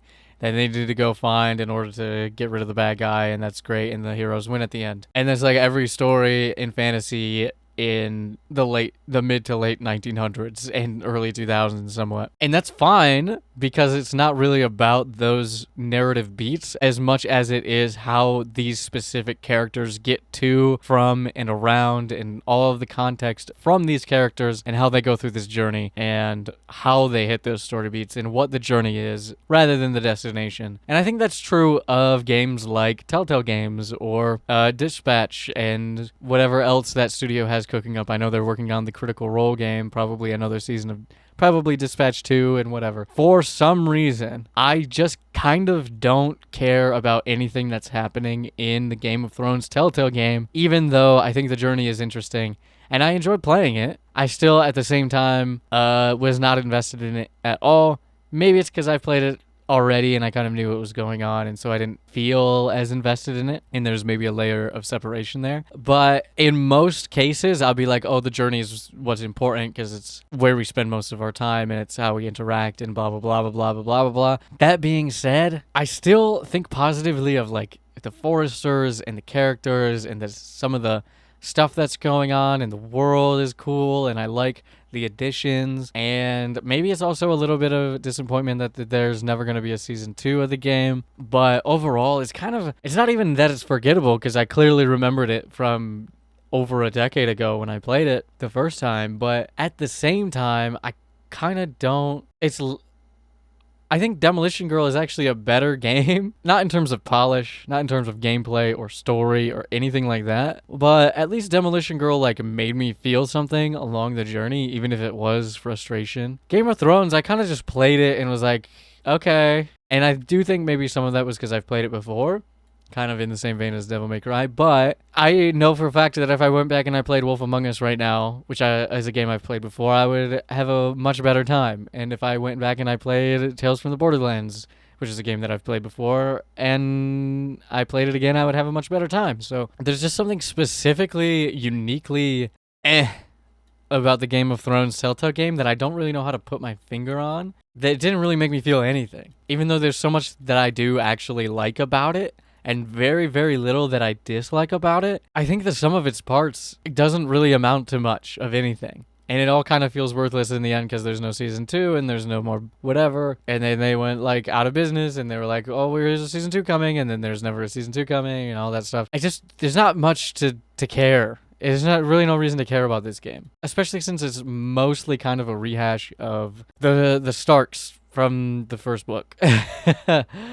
But set later on in the timeline after the Red Wedding and everything. So, I don't know. It's fine. If you like Game of Thrones, which I do. I did like A Song of Ice and Fire. I've never seen the TV show, but I love the books. It's still worth playing. It's not a bad game. It's not even, like I said, it's not even forgettable. It's just like, I don't really feel any particular way about it. And so I think that makes it the worst. And even though it's not the worst by far, honestly, it's probably up in B tier if we were to look at it objectively, but emotionally, I just don't care about it at all. Even then there's so much that I like about it, which is a weird place to be. So it's going at the bottom of C, below Demolition Girl. And actually, I think Adorable Adventures is kind of in the same vein, and honestly, I think Grow Home is in kind of the same vein. I think Demolition Girl is actually way more memorable and has way more that I like about it that sticks with me than some of these other games. Is it crazy to put Demolition Girl above Devil May Cry? No, we're not gonna do that. I also played Hollow Cure, which is a game that I played a few years ago when it first came out. It is a Vampire Survivors-like game made by one person. His name is KU. He is a animator and artist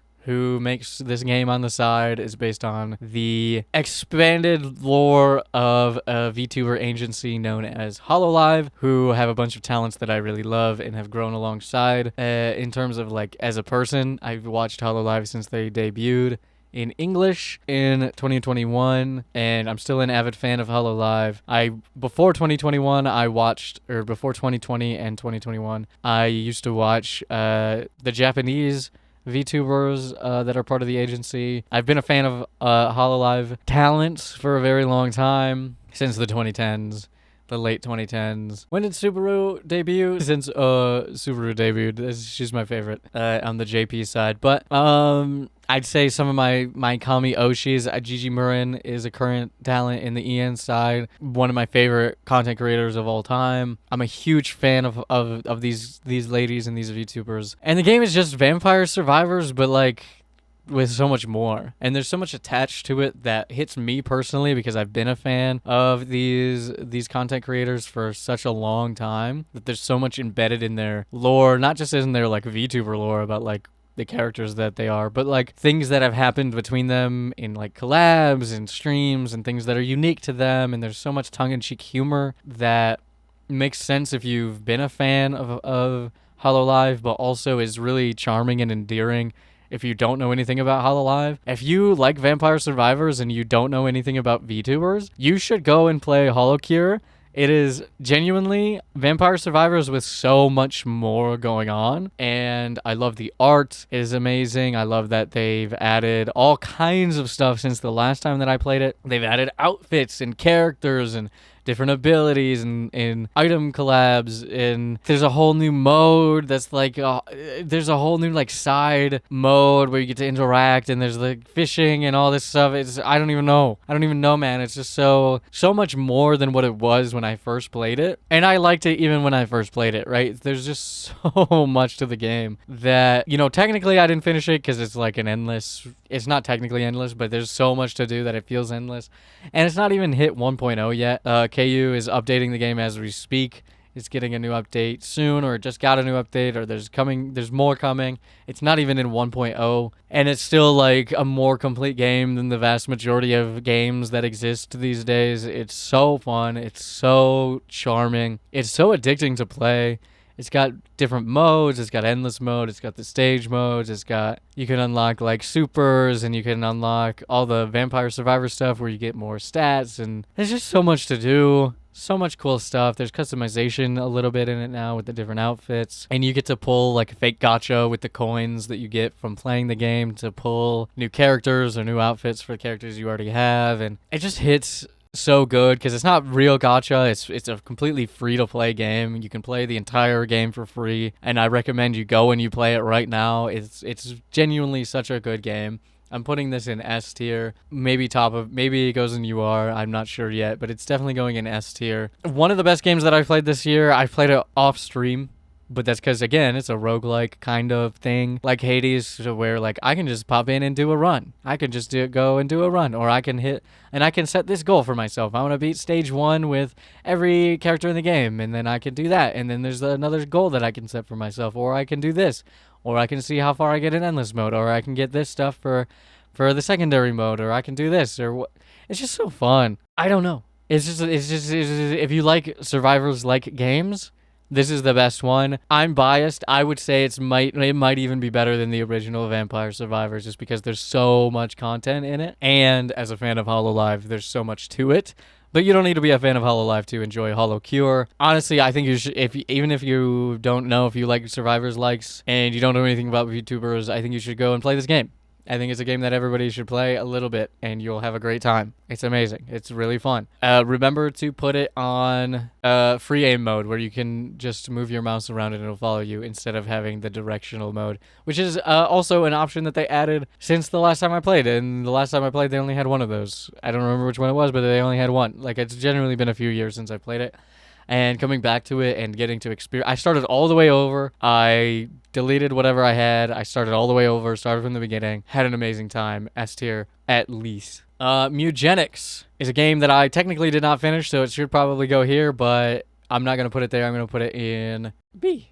I think I'll put it in B. I'll put it in high B, maybe A. Maybe A. Yeah, you know what? I think I'm going to put it in A. Mugenics is a really fun game. I only made it through the first few quote-unquote worlds of the game. I made it through the desert and some of that stuff. So I don't really think I was ultimately that far into the game. However, I can still put it in A. I just had other stuff to do. It's a long game. It is a roguelike, turn-based strategy game, a la something like Fire Emblem or Into the Breach or whatever. It's a stupid, weird, edgy game about cats, and they fuck and they fight, and they have weird events, and there's insane music playing at all times in the background, and there's insane cameos of people meowing, from YouTubers to celebrities to random people, because they've been working, because Ed McMillan, the guy who created the game, has been working on it since, I don't know, over 10 years, maybe 15 years, since Super Meat Boy. He also made Binding of Isaac, and this is his newest venture, and it came out, and it's a great game. It's really fun. It's really, really fun. You unlock these different classes in kind of classic D&D style. There's a ranger and a thief and a mage and a cleric and a paladin and a warrior and a couple of other ones that you can unlock. And it's incremental progression. You get more cats. You breed the cats. They get new skills. They get injured. They get crippled, and then they get sold off. And there's different stuff you can help build, like the house, or you can get all this different gear to like upgrade the cats. And it's genuinely everything that I wanted from a game in terms of gameplay, because I was really fiending for Fire Emblem around the time when this game came out. And the game came out and I played it, and it was super fun. It was super, super fun. I played it for like, not even that much, to be honest with you. I probably played it for like 20-ish, 25 hours maybe, which in the grand scheme of what this game actually is basically nothing. It's a very long game because of its nature as like an incrementally progressive roguelike-ish type of game. But the actual gameplay loop and mechanics are so fun, and the way that they interact with each other is so interesting. You know, there's environmental interactions that interact with your spells and all kinds of stuff like that, where it's like, oh yeah, logically that would make sense. But also your cats can be gay and autistic and all these different identifiers, and you really had to like think ahead about like breeding and which class is this cat gonna be, and am I gonna bring back this stuff, and like how do I make it through this tough encounter, and like it's so interesting, it's so engaging, it's so fun. And I played enough of the game to where I was like, okay, I'm done. Not because it's a bad game, but because I knew if I played any more than what I had already played, I was never gonna play anything else this year. And I'm definitely really satisfied with what I had played of Mutagenics. I know there's much more to it, but kind of in the same vein of Hades, I kind of reached a point where I was like, yeah, okay, I think I'm done. I know there's more, and there's more I could do, and there's a lot more, and there's story, and there's way more gameplay features I hadn't even unlocked yet, and like there's so much to do. But like, I'm satisfied with what I've played. I'm fulfilled. I've got that tactical strategy, RPG, deck buildy kind of thing out of my system. And I was like, okay, really good game. And it is a really good game. I'm going to put it in A tier. Especially as somebody who's never played, I've never played Super Meat Boy, I've never played Binding of Isaac, I've never played an Ed McMillan game. This kind of was on my radar for a few years. And then it came out and I was like, yeah, this is really good. And everybody got obsessed with it, rightfully so. It's a very good game. A tier. Speaking of Vampire Survivors, let's go ahead and put Vampire Crawlers up here. I played, a game I played the demo for in February for my Next Fest video, but it came out and I played it and I was so enamored with it. There's almost not enough stuff in the game. There's definitely stuff that I didn't experience and characters I didn't unlock and a couple of things that I'm like optionally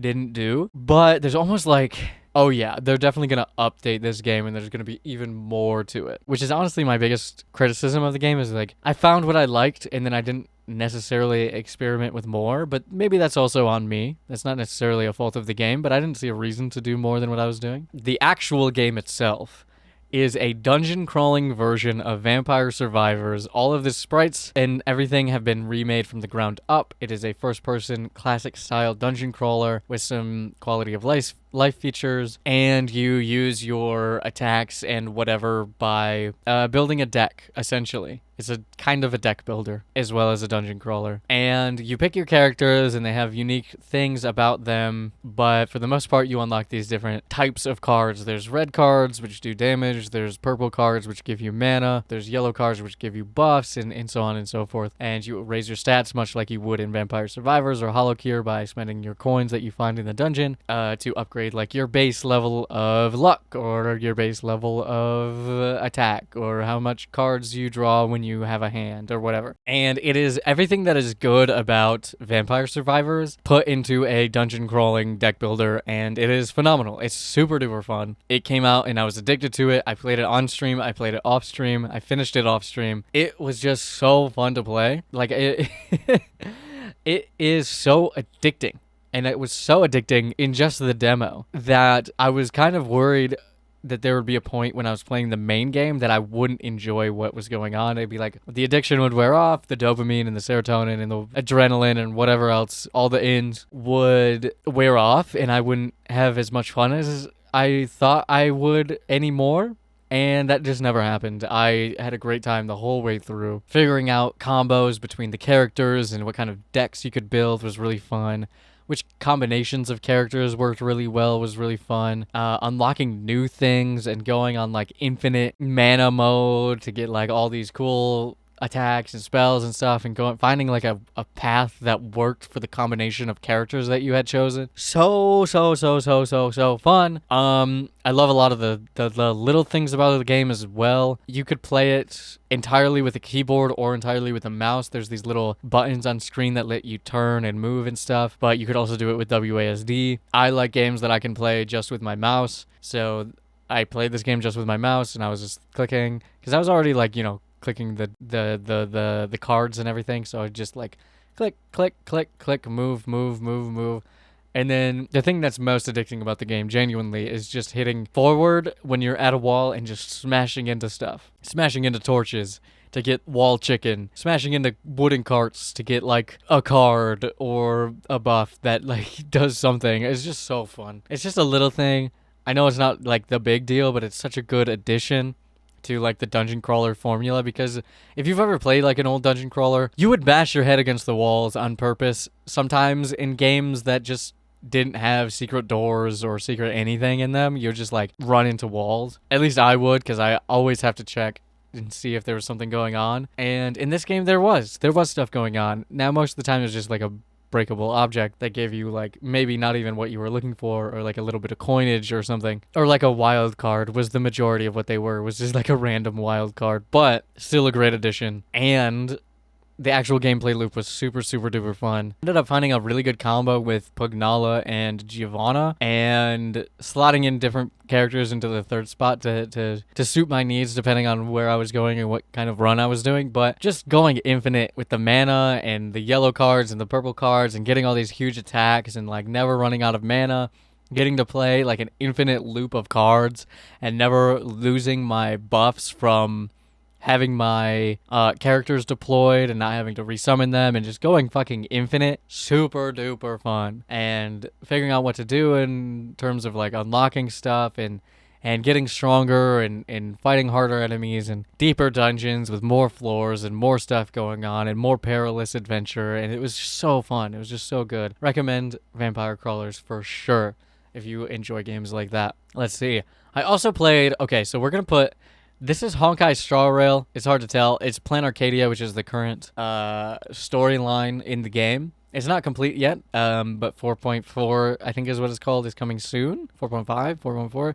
One of them, the last part or last couple of parts of story are coming out this year as well. I really enjoyed Plan Arcadia. I loved the vibe of the place. There's so much more going on in Plan Arcadia that just looks so much better. You can tell they really put that Amphorius money to use, kind of, when playing this game, or when building this world in the game. The storyline is really intriguing and a little bit dark, contrasted with like this vibrant, retro, digital, Japan-inspired place. It was really cool. I love a lot of the characters that are introduced in this storyline.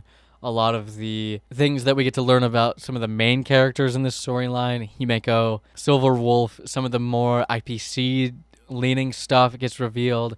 There's also a mystery. I think the puzzles and the secondary content, the optional stuff in this world are way better than they are in, say, Penacony, for instance. Just like the actual gameplay stuff that you get to do is really more engaging than like some of the puzzly stuff in Amphorius. And the vibes are amazing in this game, or in this part of the game. I like a lot of the characters that are introduced.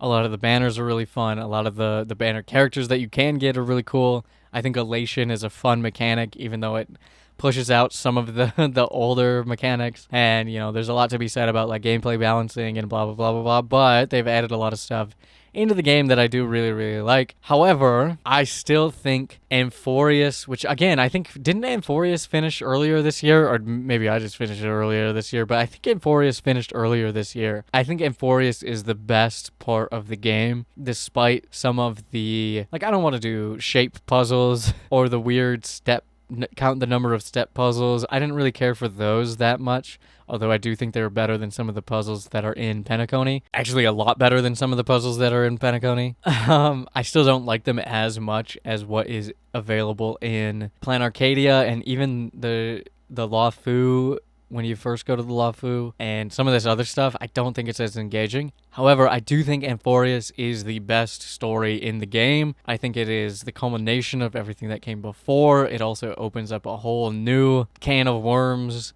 for what is to come that is explored a little bit in Plan Arcadia and is going to be explored more in the future as the story grows and comes to more of a climax as on like on a macro level. I still think Amphorius is the best in the game. I love the sort of Greco-Roman, Egyptian kind of inspiration in terms of mythology and sort of the cyclical nature of storytelling. And there's so much about Emphorius that I think is so good in terms of narrative, in terms of characters, in terms of interactions with the world and the game and what it means for the greater story and the lore and all of these things. So I don't think Plan Arcadia reaches that height, but I do still think it's pretty good. It's not like Emphorius I'd probably put in UR and Plan Arcadia is pretty good. I'd put Plan Arcadia by itself in a vacuum. I'd put it in A. That being said, I love Honkai Star Rail as a whole. I've been recording the second episode of my Honkai Star Rail lore reading videos. It just takes a long time. There's a lot of readables in each area of the game. I love Honkai Star Rail. I think it's so good. I love the characters. I love the storylines. And I think Emphorius really does display everything that I love about the game. And Plan Arcadia displays some of the things that I love about the game and does so in a way that is much more vibrant in terms of vibes. You know, Emphorius is like dark and dire the whole time. Plan Arcadia is dark and dire in certain aspects, but it's also got a lot of brightness to it. And Emphorius does as well, especially in stuff around the town and the side quests and the events and stuff. But I think what Plan Arcadia adds to the universe is high. It's a lot. And it's good. And I don't really care about Asheville at all. I just want to throw that out there. Maybe that's controversial. I don't care. It's not that I don't like him. I just don't care about him at all, which I think definitely affected my experience because I was like, can we get back to Himeko now? Can we get back to Pearl and Silverwolf now? Can we go do something else now? Every time Asheville is on the screen. Can I go play with my raccoon buddies and do newspaper side quests? Which is more of a failing on my part than the game's parts. But I'm a huge fan. Especially getting to see Fugue more often and yeah. It's good. I love the presentation of it also. It's the best presentation the game has had ever. So it does have that going for it. But I'm going to keep it in A tier for now. I might change this by the time that Plan Arcadia eventually ends and we move on to the next part of the story in the next world or whatever. I might have moved this up or down, depending. But as of right now, firmly solid in the A tier. Next up, in kind of the same vein, Uma Musume is like an S tier game for me. I've been playing it pretty much non-stop since it came out last year. I don't do full career mode every day, especially now with Trackblazer and Mant or whatever you want to call it being longer, but it did just get updated, or it's about to get updated, and there's a whole new world opening up to me and everybody else who plays Uma Musume. I love all the characters. Every time I get a new character, I play through the story for that character at least once on normal speed, and I go through it, and then I start farming for for sparks or whatever, or team trials or champions meetings or whatever. I did really well in this last champions meeting, by the way. I won the CM. I got first in my whatever. But it's just really addicting. It's really fun. I love the strategy of just like, how do I time this, or when do I do this, and you know, when do I train here, and the sort of RNG part of it can be frustrating, but it's also really what makes the game fun. And I just love all the characters. I didn't know anything about Uma Musume before this game came out globally. I knew it had been out in Japan for years prior to this. I knew there was an anime. I knew there were movies and manga and all this stuff, but I didn't engage with any of it because I didn't really know or understand what it was. And then I played Uma Musume for the first time the day that it dropped last year, and I've pretty much been playing it every day since. I at least log in and do my dailies, minus the career. I love it. I love it so much. It is so addicting. I was playing it earlier today. I'm not even going to lie to you. In the same vein, Ricci City is an alternative game for Mahjong, for Ricci Mahjong, which is Japanese Mahjong, to Mahjong Soul. And Mahjong Soul is really fun. I got into Mahjong for the first time last year or the year before, maybe the year before. And I played a little bit of Mahjong Soul. I played it a lot for a very short amount of time and didn't play it again. And I went to go play it again literally this week, this final week. What day is it today? I literally went to go play it on the 30th, the 29th or the 30th of June, the last couple days of the month. And it didn't have my account set up, and I tried to log in with my email, and then it wanted me to make a new account, and then I tried to use my name, and then it said Byzantine Soul is already taken, which means I had an account, but it gave me the green check mark, so it's available, but then I couldn't find the account, and I just couldn't do it. So I went and I downloaded Ricci City, and Ricci City is a lot going for it in presentation that Mahjong Soul doesn't have. It's got tutorials, it's got just generally better customization for certain visual aesthetics, it's got this, it's got that, but it's also got way less players than Mahjong Soul. That sucks, but I did play 12 hours of this in the last 24 hours. It's a really fun game. However, most of that is because Mahjong itself is a really fun game. It's super addicting. It might even go in UR tier, but we're going to put it in S tier just because I love, you know what? No, it's going in UR tier. I love Mahjong. I am so bad at it. I say I'm so bad at it. I won my first 20 matches without coming in 4th place, only alternating between 1st and 2nd, almost exclusively 1st. And then I hit match number 19 and I got number 18 and I got 3rd, and then I got 3rd, and then I got a couple of 4s in a row in the early 20s, and I'm like, oh no. But I've made it to Moon already, which is 1st Dan, in just like a very short amount of time. I love playing the game. I'm learning about it even more than I was back when I first started learning, because now I kind of understand what to do and how to go for it, and I play a little defensively, I think, but it ends up working out in my favor most of the time. And I just think Mahjong is really fun. It's super fun. I'm putting it in UR for now. Just maybe not Ricci City exclusively, although that is the version of the game that I'm playing right now. But like just as a game, Ricci Mahjong Ricci Mahjong is just incredibly addicting. It's so fun. I didn't even stream yesterday because I was playing this game. Ugh. I'm addicted. And you're like, why you could have streamed playing Mahjong, but I was locked in. I was so locked in. It was so fun. I love Mahjong. We're going to keep it there. And you know what? Keeping in line with the gacha games. So I played Persona 5 Phantom X last year when it first came out. I downloaded it. I played it the first 2 hours. I don't even think that's enough to get through the tutorial, to be honest. I think I ended on the rooftop of the school. And there's like the reporter girl sitting behind you after the cutscene and whatever, which is not far into the game at all. A couple of weeks ago, I decided, you know what? Let me download P5X again and see if it's good.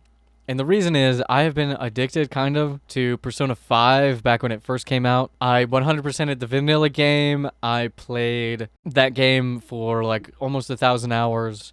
I 100%ed it. I did all the side quests. I romanced every character. I did all the stuff that wasn't an achievement that you could variable in different ways. And then Royal came out and I played it once, and I have not played a single Persona 5 thing since. I tried playing Tactica when that came out. I didn't make it very far in. I own Tactica and Strikers. Haven't played Strikers. Couldn't get into P5X, and it has nothing to do with the quality of those additional games. It just has everything to do with the fact that I played so much Persona 5 for like 3 years straight that I just had no interest in playing anything about it ever again. I literally over 1,000 hours in the vanilla game, and then I was like, I'm done. I have a life to live now. And then I just never felt compelled to go back and play more. Even though I love Persona 5 to death, it got to a point where I was like, okay. And I kind of like detached my fixation on it from myself so I could like function as a human being. And so although I own the spin-offs, I never really got into them, and I do want to get into them. I've played Persona 3 since then. I played Persona 3 Reload since then. I'm gonna play Persona 4 Revival when that comes out. It's just specifically Persona 5 I was so done with because I'd done so much of it, and I still had really no interest in it. I tried playing Tactica for 2 hours and I was like, ugh, it's more Persona 5, which is not a bad thing to be at all. It's just a disgust at myself. And same thing with P5X when that came out. But I downloaded the game a couple of weeks ago. I played it for a little over 20 hours, and I had a fucking phenomenal time. There's so much about P5X that I actually really, really, really like. There's some things that I don't like about it, like specifically some of the UI elements in the game I just don't really care about. Or I think they should link to each other a little bit more directly than having to go back out to the menu where everything is. Although I do like that everything is on the phone menu.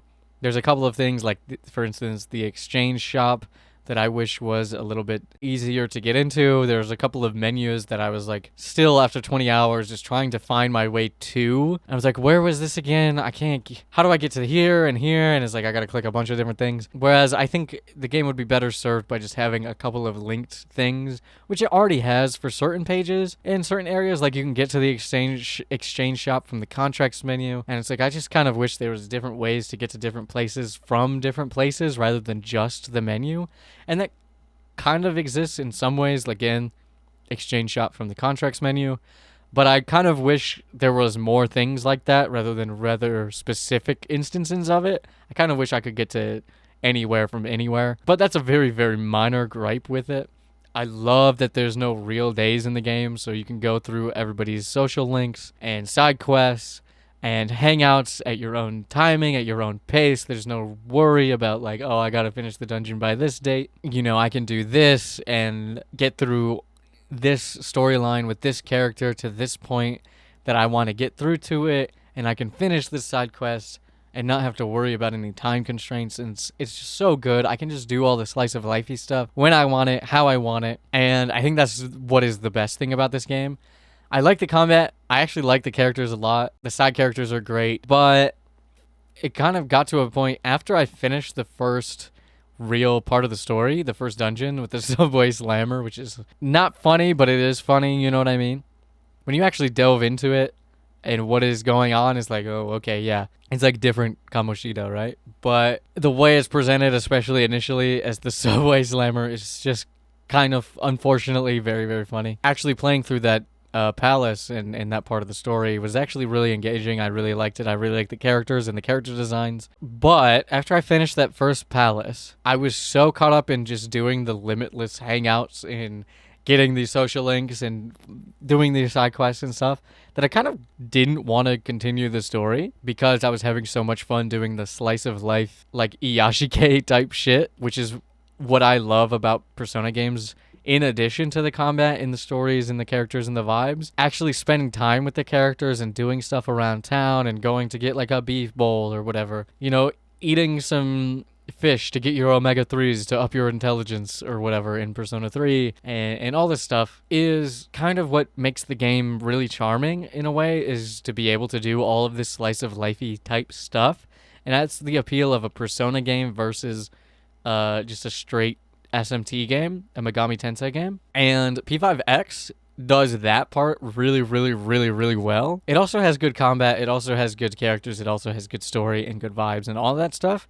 But because there's no time constraint, which is also the thing that I love about the game, I kind of didn't want to play the game. I didn't really want to go on to the second dungeon or the second palace. That being said, I did eventually run out of side quests and did all the side quests and everything, and I was like, okay, let's start on the second palace. But again, I did not catch up to the story. I only played a little over 20 hours of the game. They dropped Miku this week or last week, a few days ago, and I got Miku. I was saving all my stuff because I knew Miku was coming. I got Miku, and then I was like, okay, I'm done. I played a couple of rhythm games, and then I was like, okay, that's a good stopping point. I wouldn't be remiss about downloading and playing the game again. Although one thing I will say about this game is that, especially if you get it through Steam, the game will be like, it's only 300 megabytes, and then you download it and it's like, actually it's like 75 gigabytes after all this stuff, and also we're probably going to have regular updates that are going to add more to it, so it's actually 75 gigabytes. And also, when you uninstall the game, you only uninstall that 300 megabytes. You have to actually go into your program files and delete the game. Delete the folder, because otherwise you're going to have 70 gigabytes of games still on your computer, even though you uninstalled it, which is annoying. And also, I don't really care about all of the gacha stuff. In terms of not pulling for characters, I think that's fine. Pulling for weapons, that's fine. All that stuff is fine. I mean the resource gathering additional menus in mementos specifically. I don't care about that. I don't care about the Thieves' Den. Not really my thing. What is the Companio with the other people? Don't really care about that. I turned the chat off. It's got a lot of stuff to engage with if you want to engage with it, which is good. But I would rather spend time and hang out with all my favorite characters and do the story and do a bunch of side missions and like go and read a book or go hang out or go advance this person's social link or go buy some stuff and do some cooking and change my appearance, which is actually a great feature. I love that there's customizability in terms of outfits and stuff like that for the main character, as well as some of the other characters like Joker and all that. So there's a ton of great features in this game that I wish base Persona 5 had, as well as like even Persona 3 Reload or probably Persona 4 Revival won't have some of this stuff. As a whole package, I am reminded it is still a gacha game with a couple of ancillary things that I'm just not going to engage with because I don't really care about, collecting all these resources or doing all these weeklies or dailies or whatever. I just want to hang out and have my slice of life. And it's really good for that. I will still put it in A, probably above Mugenics. I still enjoyed it quite a bit. Do I like it as much as Plan Arcadia? Honestly, I might like it more than Plan Arcadia. I know I said a bunch of negative things about it. I really like this game and what I've played of it, and it was just shaping up to be even better. I played the first Palace and a little bit in, the second one, and a bunch of the side stuff that's early game, which means I played the stuff with the least budget, with the least amount of feedback, with the least stuff attached to it, right? I played the earliest release part of the game, and clearly, as a live service game goes on, there's more features, there's better story, better narrative, there's more surveys that go out that get better feedback, that get better this and better that, and you get to meet more characters and have more intense stories, and the production value goes up, and there's more music and different graphics and blah blah blah blah blah blah blah blah blah blah blah blah. And so I played like the worst of P5X, and it's still pretty dang good. I do have my issues with the game. I still think it's right up there with Plan Arcadia. But also, I really, really love Persona, and that probably plays a huge factor. And also, I got Hatsune Miku, and that was kind of my goal at the end there, because I was running out of stuff to do without advancing the plot further than I wanted to go. And I was like, okay.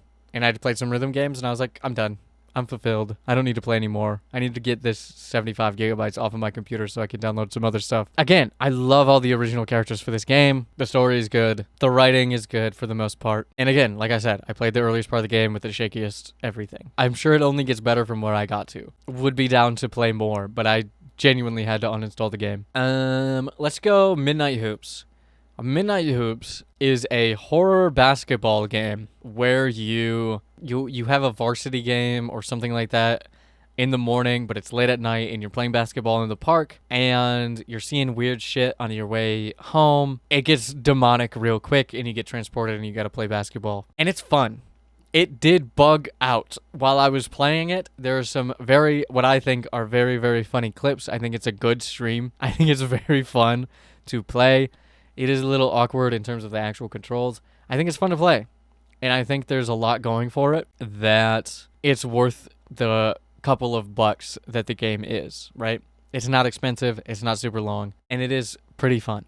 And I played it like right when it came out. They were planning to add a lot of stuff. They added a practice mode between the time that I originally bought it and downloaded it and like a couple days later when I played it. They added like a practice mode. They added a couple of other things, and I think they were planning to add even more stuff into the game that I don't know about and haven't played since. It did bug out, and I couldn't get past a certain part of the game because it wouldn't register certain shot types. It wouldn't register layups, even though I would do a layup, and then it wouldn't register, and then it would register the next time I did the layup, even though it was the same thing. And, you'd think it would be like a skill issue and maybe I was just doing the layups wrong, but I got to a point where I was like quitting and restarting the game basically because it would, get stuck on like, it would say make a 3-point shot and then you'd make a 3-point shot and then it wouldn't advance to the next thing. It would just get stuck or there wouldn't be anything on the screen at all, so it wouldn't register anything. So I got to a certain point where I was just playing 1v1s against a demon because the game was bugging out and I couldn't advance, so I was just doing 1v1s against the damn demon. And that got a little frustrating, but I also it also generated a couple of really fun moments for me as well. So I'm not really mad at it. And it is an indie, I think solo developed game that had just come out at the time and it was kind of buggy. But I'd still put it in B, maybe high C.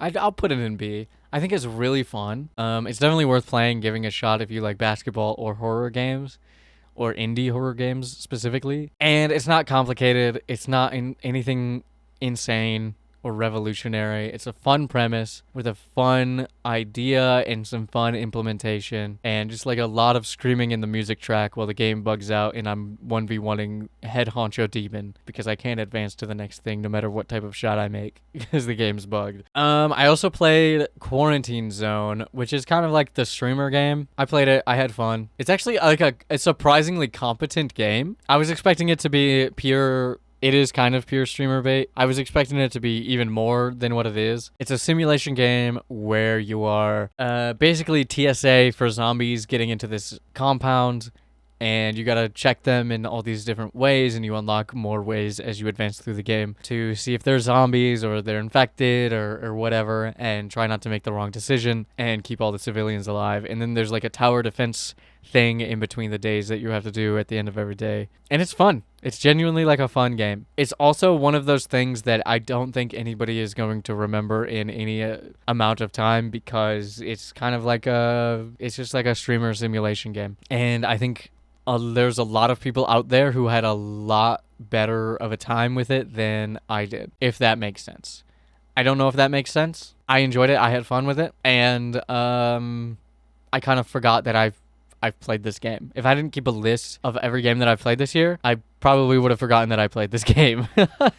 Even though it does have its memorable moments, it's very competent. I think somebody else might have it in B tier or an A tier even, but for me personally, it's not the type of game that I generally play on this series, in my own time or on my channel, on my streams, on my videos or anything. As you can see, I play a lot of retro games, I play a lot of indie games, I play a lot of RPGs. This game is kind of like outside of that zone, and while I did enjoy it, I didn't necessarily love it. And so I think I'd put it, I think it's less, I might even put it at the, it's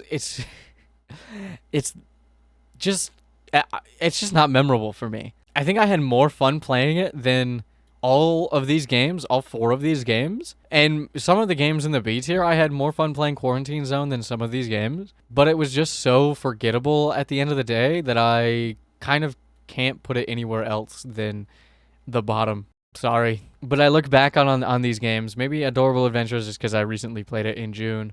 But I look back and I have much clearer memories about all 4 of these games and some of the games in B where I'm like, yeah, you know what? I think these are going to stick with me a lot longer. And this is fine for what it is. But what it is really didn't stick with me or connect with me in any way other than like, oh, that was fun for a few hours, you know? Bottom of C for me. Lost in Transit is an RPG Maker indie game by my favorite YouTuber of all time named Thor High Heels. You might have heard of her. She makes amazing videos. And she also made this game. And since it's an RPG Maker game, there's no voices or anything in it. It's a short couple of hour adventure, maybe 1 hour adventure, maybe 2 hours adventure. And I had so much fun playing through it. I had so much fun giving voices to the characters, and I had so much fun experiencing the story. It's kind of like a horror-esque type thing. It genuinely has like some, maybe not scary for me particularly, but it has like some tense, dark stuff going on underneath and like some weird shit happening. But at the end of the day, it's like a Yuri, hopeful, stick it to the man kind of game. And I liked it. I think I'm going to put it top of B. I will remember it forever. There's a video about it on my channel. You can go and watch and decide for yourself, or go and play the game for yourself. It's short and sweet. And if you're not familiar with Thor High Heels, you might not mess with the dialogue or some of the writing in the game so much. But I enjoyed it for what it was, and I had a good time playing it, and I just kind of rolled with the punches. I thought it was fun. To be cringe is to be free, and to be gay is to be Scottish, I think is what I took away from that playthrough. And trains are scary. Some couple of lessons in there, I think. Couple of lessons in there. But no, it's about a girl who goes to work, and there's these things happening on the trains, and trains going missing, or people going missing on trains, and there's like a little mystery to it, a little blossoming lesbian romance to it, and some weird corpo digitization, evil, horror-y, underground torture kind of thing happening. in the backdrop, and it's accompanied by Thor's incredible sense of graphic design and art and music, especially the music. I highly recommend this game if you are interested in any of that and you've got like an hour or two to spare and just want a nice experience. Your mileage may vary, of course. For me, I enjoyed it. Somebody else might not at all. Go check out this game. Go check out Thor High Heels videos and music and all that stuff. And then also go watch my video on this game. Kind of in the same vein, The Forest End was a itch.io game jam game. It's a short Metroidvania about this robotic magical girl who's woken up and there's other things like her that have been deactivated and all this stuff. It's, again, kind of in the same vein of Herdling, where it's this like post-apocalyptic, but everything's kind of growing and beautiful now kind of vibe to it. And there's some lore to be found. This is a game made by a few different people, but it was like produced by Alpharad, and the art is by Mari Kuhn, or at least the character design was by Mari Kuhn. And there's a couple of other people attached to it as well that you might have heard of. But I knew about it from Mari's posts about it because she's an artist and a VTuber that I really like, that I follow on social media, and I saw her posting about it as it came out at the end of the game jam, and I was like, I'm gonna go play this game, and I did, and it was fun. There were a couple of things where I was like, this would be really, really, really good if it was a full game, but at the end of the day, it's a very short game jam game that ultimately I think doesn't get enough. I think it's gonna go above Midnight Hoops, maybe above Devil May Cry, maybe you know what, right there I think is good. Definitely a B tier.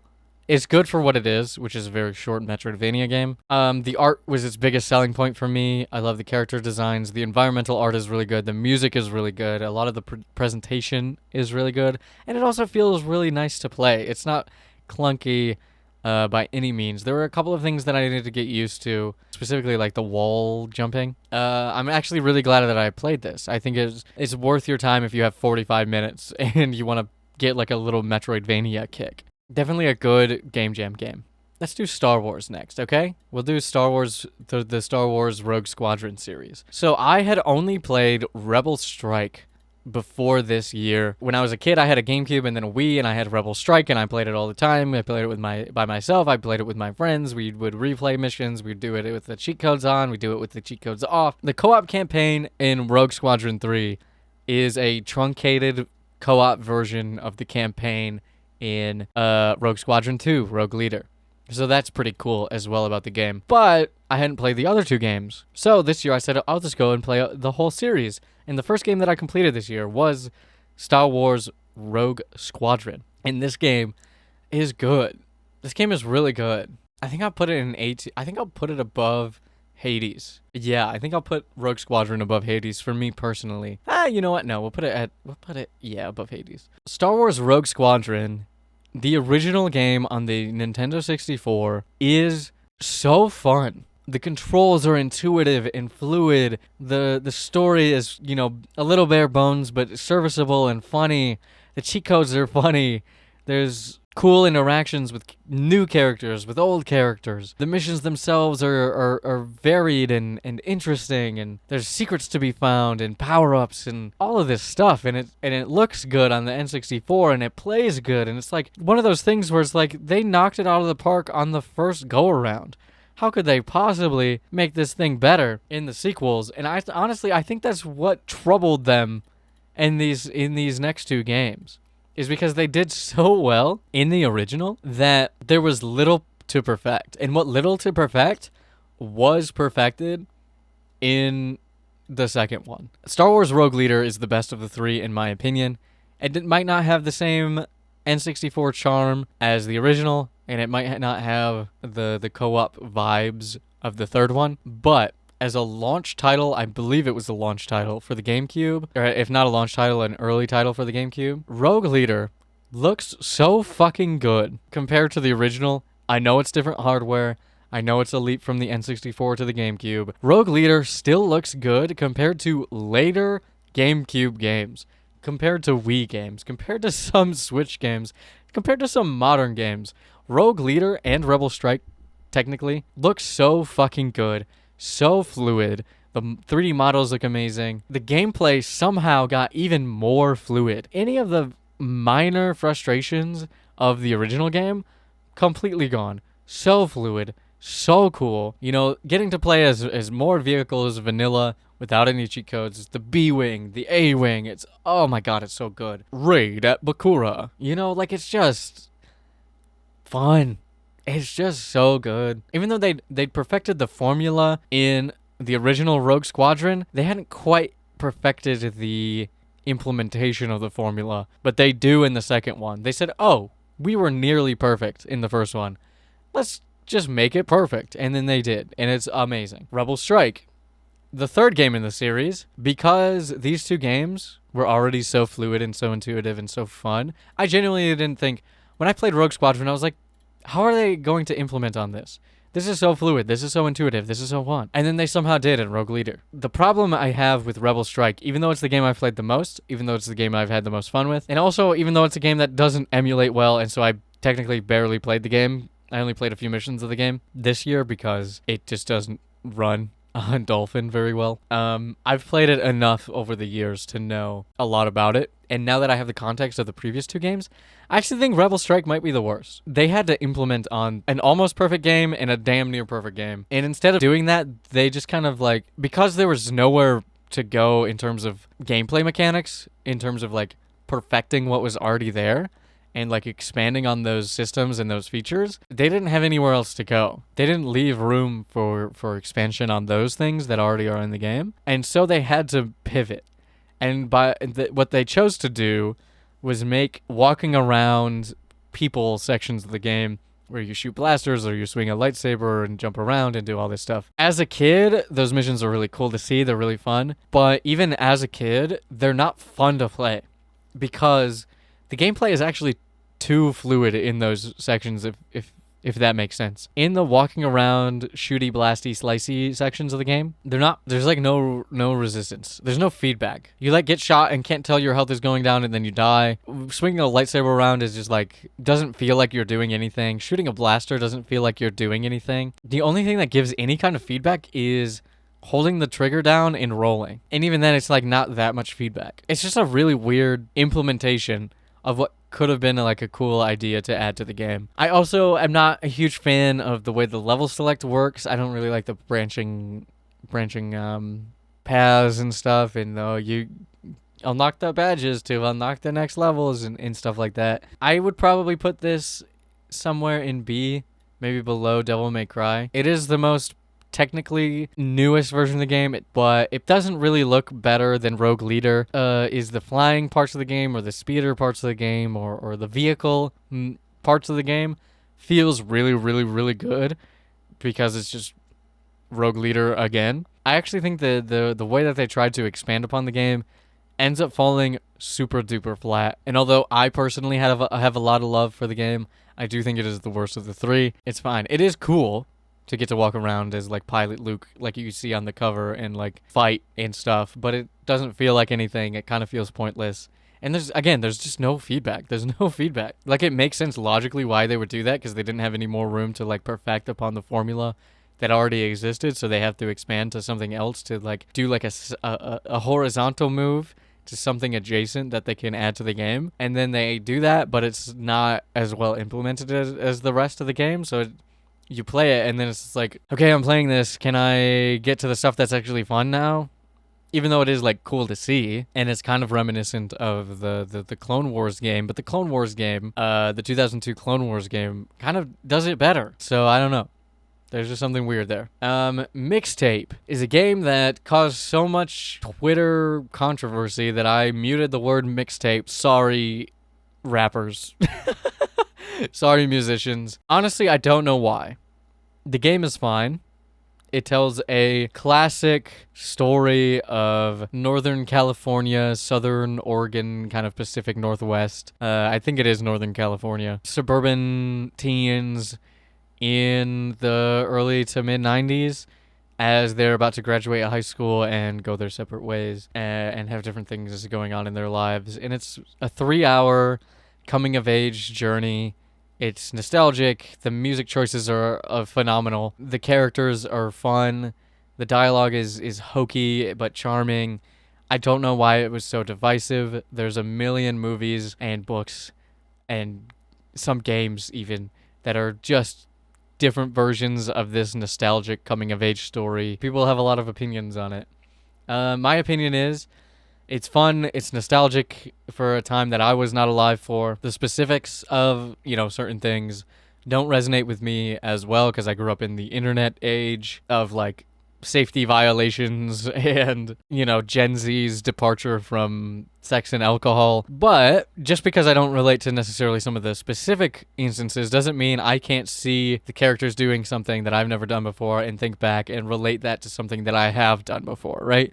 Like, there is still a certain sense of nostalgia that resonates with me personally, even if I didn't grow up in the 90s, right? There was a huge debate on the gameplay, which, again, I don't understand. Kind of the same thing with, like, everybody has these opinions on, like, Dispatch and, like, Telltale games and stuff that I don't understand or agree with. I just enjoy what is presented to me in the way that it is presented to me in. I think it's a fine journey. I think there's a lot of clips that were taken out of context and just posted on Twitter.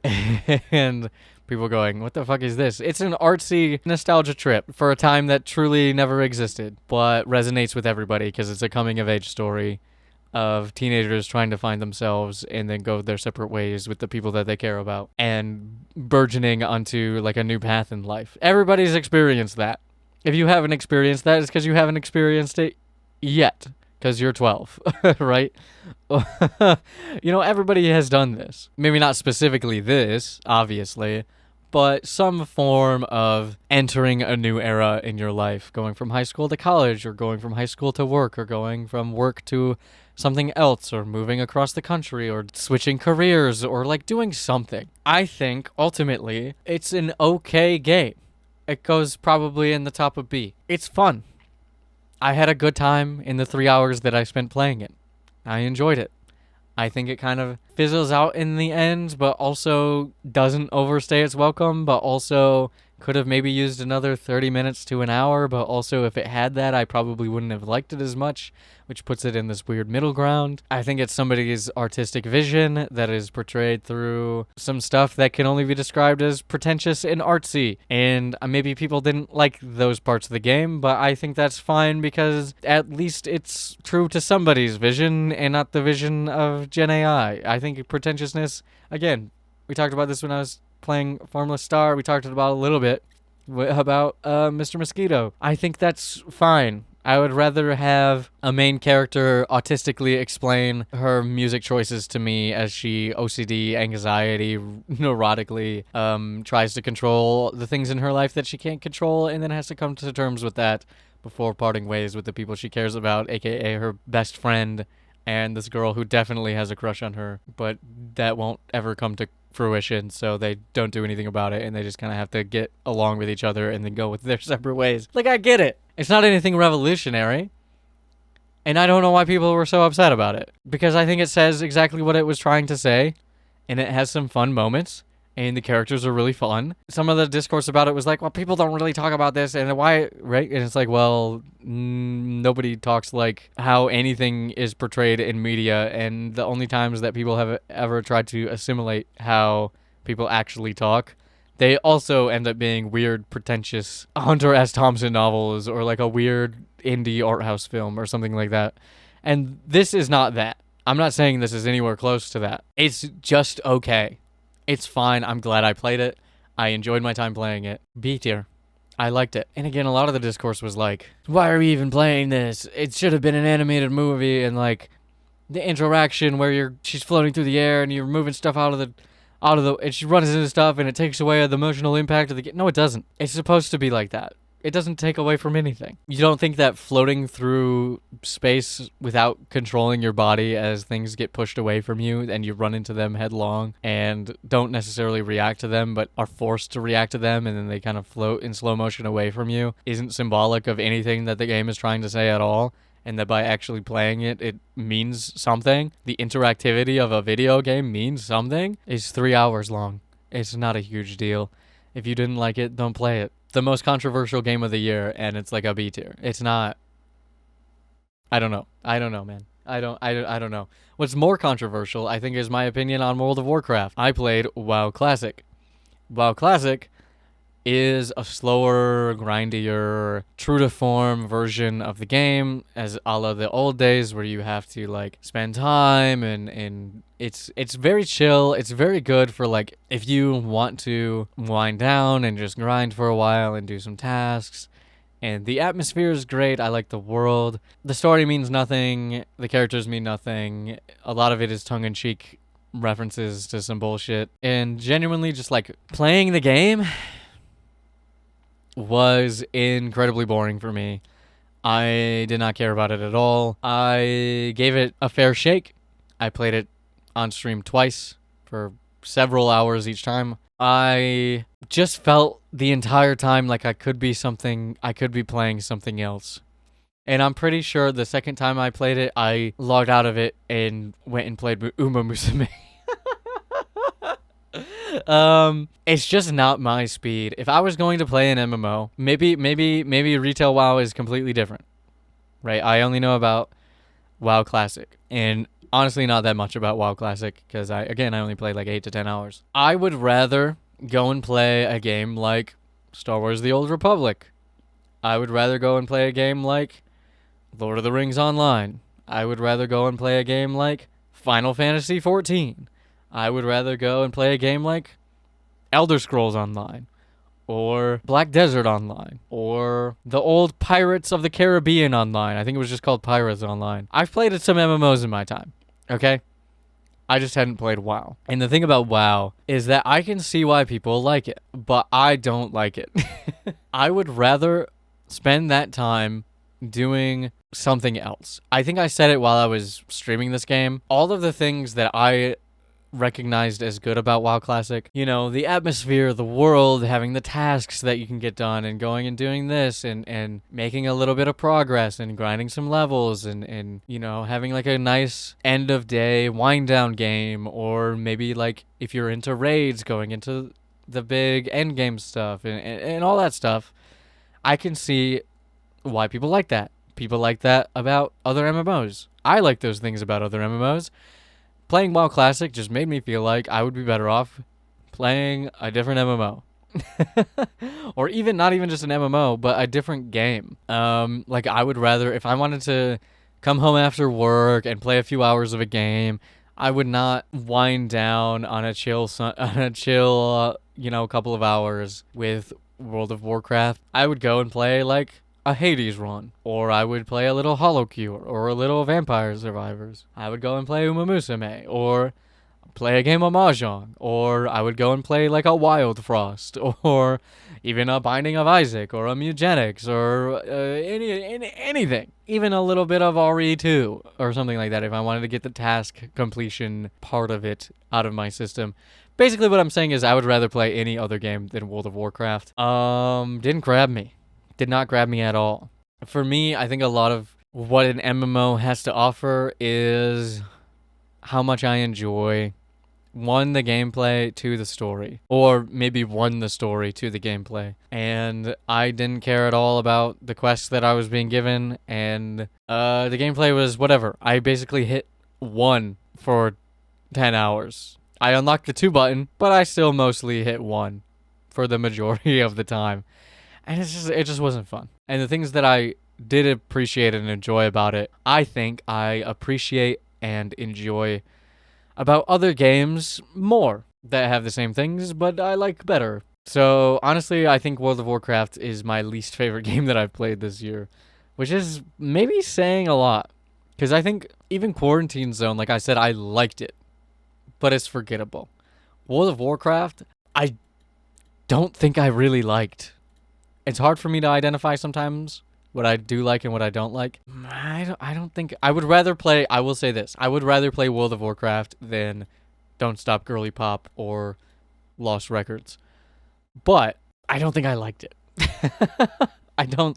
It's hard for me to identify what I don't like because I like so much about so many things, and there are things about WoW that I did like, but I don't think I liked it. Also, I think I forgot to finish talking about One Piece Odyssey. I was obsessed with One Piece for most of my life. I still am. I still love One Piece. But while playing this game, I kind of got to a point a couple of streams in where I was like, there's so much about this that I think is so much better implemented in other RPGs, even older RPGs. I actually love the way the combat system works with swapping people in and out and the rock, paper, scissors kind of thing and having these different theaters of battle that you can move between. It's actually really innovative, I think, and fun. But the thing I didn't like about the game was actually the exploration. Really, really wants to be a linear game, but it has some more open parts to it that didn't really vibe with me. And it also did a lot of this thing where it was like, go here, okay? And now go back to where you just were, okay? Now go back to where you just were, okay? Now go back to where you just were. And there was so much of that in just the first, specifically in the first part of when you get to the second part of the game, which is Alabasta, where I was just like, what the fuck am I doing? Just let me go do the thing. Why am I walking back and forth to go talk to somebody for 2 seconds and then go back to talk to somebody for 2 seconds and then go back to talk to the same person for 2 seconds? What the fuck is going on? It's almost a shame because the first part of the game is so addicting. And then you go into the Memoria and you go to Alabasta, and I was so excited because Alabasta is my favorite. Well, not my favorite, but it has some of my favorite moments in it. I love Alabasta. Alabasta is what, I love Vivi. I love all these characters. And I just kind of got bored of walking back and forth doing nothing in a way that is uniquely nothing compared to doing the same thing in other RPGs where it's like a staple of the genre. In this game, it just felt like there was no reason for it because so much of the rest of it is streamlined in a way that I actually do really enjoy. It didn't feel archaic because if it was archaic, it would have felt good because I've played a lot of classic RPGs like Final Fantasy IV. I just kind of got bored just doing that part. And I was just like, let me get to what the game actually is. And so I kind of put it off. I put it on the back burner. I do want to finish Final Fantasy IV. I do want to finish One Piece Odyssey. Maybe we'll do that in the second half of the year. Maybe we won't. Maybe I'll do it on my own time. I didn't really give up on these games completely. I just got so bored specifically with One Piece Odyssey that I was like, come on, man. Just let me go do the thing I'm supposed to be doing. Why do I gotta walk 2 steps this way and then 2 steps that way and then 2 steps this way and then 2 steps that way, metaphorically but also kind of literally, to accomplish nothing, really. It just seemed very pointless, gameplay design wise. But everything else about the game I really enjoy. I like the combat. Obviously I love the characters. The new story seems like it was gearing up to something really interesting. The side quests were interesting, and I definitely do want to come back to it. It's just I gotta give it some time to refresh in my brain. So because I kind of was just like, that's early in the game too. Like that's early in the game. So I got to give it some time. But we'll definitely come back to it. I forgot to tell you guys about it. But yes, we're definitely going to come back to these 4 games sometime in the future. I might play Death Hollow by myself at some point. I did enjoy what I played. Deadpool, maybe when it emulates a little bit better, but I have played the game and beaten the game on real hardware back in the day, so I'm not too pressed about it. I just thought it would be a fun thing to do. Lost Records and Don't Stop Girly Pop, I don't think I'm ever coming back to, and I'm never coming back to World of Warcraft unless I'm somehow convinced by someone I care deeply about, because I think that's maybe the only way that I would ever do that again. Sakura Wars. The original Sakura Tyson fan translation on the Sega Saturn. It is an amalgamation of a whole bunch of different things that makes no sense to me, and yet here we are, and here it exists. And it was made in the early 90s, released for the Sega Saturn, in Japan only. The first Sakura Wars game that we actually got in the US was the 5th game on the PS2 and later the Wii, and then the reboot on the PS4, which is still a PS4 exclusive, by the way, which sucks, especially with what Sony's got going on lately. But I played the original Sakura Tyson, the original Sakura Wars, and I had an amazing time. It is a visual novel strategy RPG that is set in, I believe, Taisho era Japan, early 1900s. But actually, it's a mecha game with robots, and you are actually part of a theater troupe where all of the pilots of the robots are girls and women that fight demons. If that sounds like a lot of keywords, that's because it is. It's a bunch of incredibly 90s, incredibly disparate things coming together to make what I can only describe as an amazing game. It is a visual novel. It has animated, like anime-style cutscenes. It has a Fire Emblem-esque gameplay mechanic to it. It's got tons of minigames for each of the characters. It's got an interesting story. It's got hammy, hokey demon villains that are really fun. It's got a mysterious backstory. It's got just a fun time. It's just a fun time. My biggest complaint about the game is that the actual strategy RPG gameplay takes a long time and is not complicated at all. You move, you attack, you have an ultimate when your meter fills up. It's not hard. It is not actually really any strategy involved in it whatsoever. I didn't really use the main character Ogami's cover mechanic until the final boss fight, and I don't really think I needed to. I just was like, it's the final boss fight, let me do it. So let me do it. It'll just make it a little bit easier. But the dating sim elements, the actual visual novel part of the game, and the story part of the game are really fun. I love the characters. Speaking of One Piece, Mayumi Tanaka is the voice of Kanna, who is a karate-wielding, tomboyish badass, but it just sounds like Luffy, and it's amazing. And I ship her very much with my girl Sumire, who is the like Ojo-sama, the pretty, affluent one. I ship them together, and also I was trying to romance Sumire. I switched discs, and the game just like maybe didn't give a fuck about anything that happened in the first part of the game. I think I maybe did something wrong, or like I don't know what, but it put me with the character in disc 1 I had the least amount of rapport with, which was Koran. She was the last on the list, in a situation early on with Koran to like maybe date her, and then I rejected her. I was like, no. And then I went to invite Sumire to the festival because she was like, oh, I gotta get ready for the festival. And then I invited her, and she's like, I'm not going to the festival. And so I had to take Sakura to the festival because she's the main character, and so you can just like auto date her, and I didn't want to date Koran. So I just like, okay, I guess I'll do the canon route and I'll do Sakura. And then so we went to the festival, and then Sumire was at the festival eavesdropping on us, and I was like, oh my god. And so there was a weird like bug or glitch, or maybe I did something wrong there where it was like set me on a path with Koran, and it got rid of my rapport with Sumire when I switched discs, or something happened there. I'm not really sure what. It didn't really spoil my experience, and overall it was genuinely like a funny moment. The last bit of the stream I think is lost forever because my internet was really shaky at the end of that stream, and then I stopped recording that part, and so the very end of the game I think is lost to time, unless you play it yourself, but at least on my VODs it's lost to time.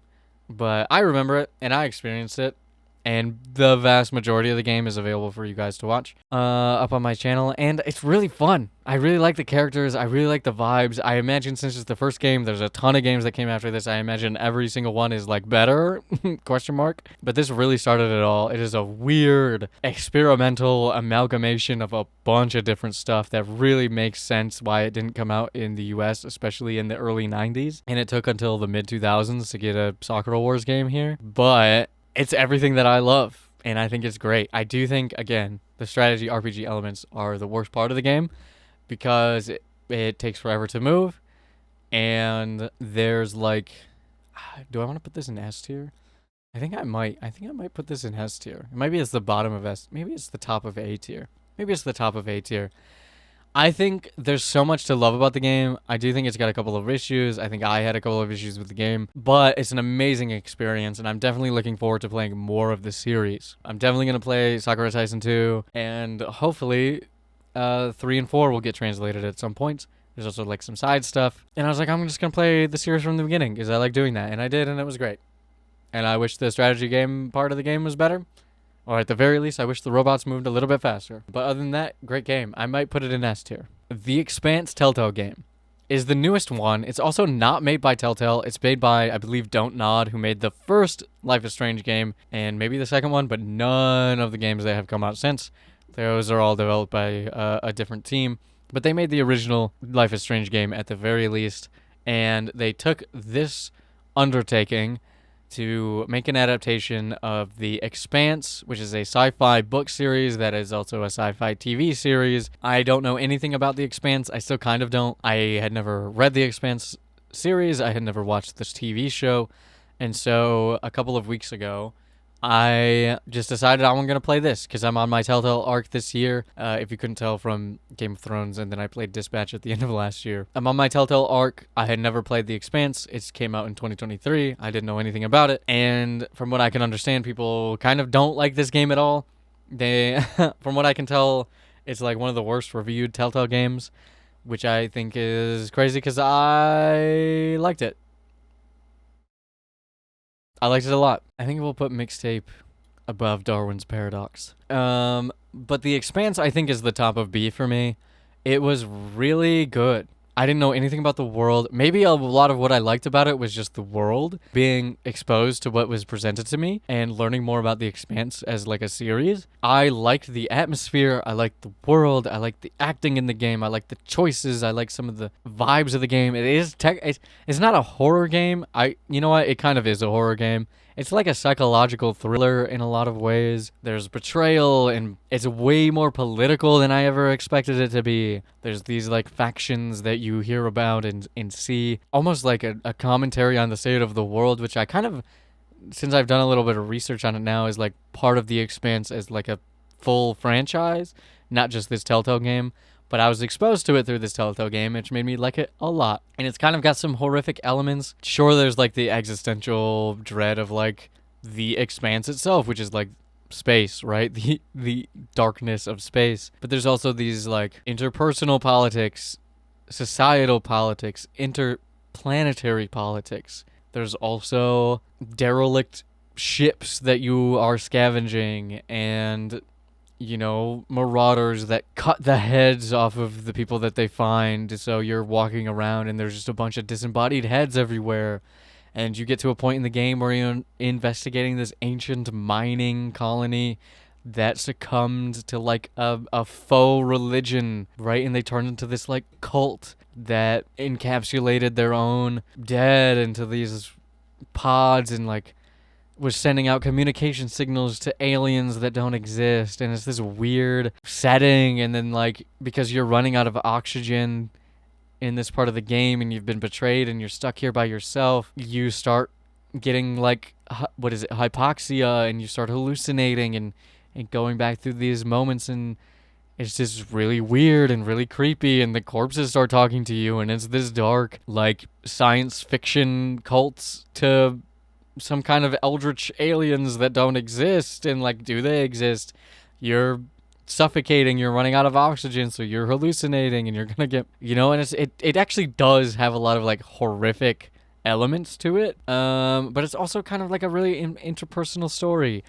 The main character, from what I understand, is a character in the series, maybe not one of the main characters, but it is a prequel that follows her story before the story, I guess. It's a prequel to the entire franchise, so I think actually it was maybe like a good entry point for me. And it also has a DLC episode that I didn't really understand too much about. It was mostly kind of like a series world primer for me, because it was clear that it was like an established character from the series, and it was kind of like a bridge between the game and what the series is, like actually the actual TV series. And so it didn't resonate with me super much, that DLC episode, but I appreciated it for what it was, as that kind of bridge the gap kind of thing between the game and the actual series, which I still have yet to watch or read, but I definitely will, because I was so enamored by what was going on. I liked the Expanse Telltale series, and then I went to go online and see what people are saying about it, and for the most part, nobody said anything about it, but the people who have said things about it are kind of like,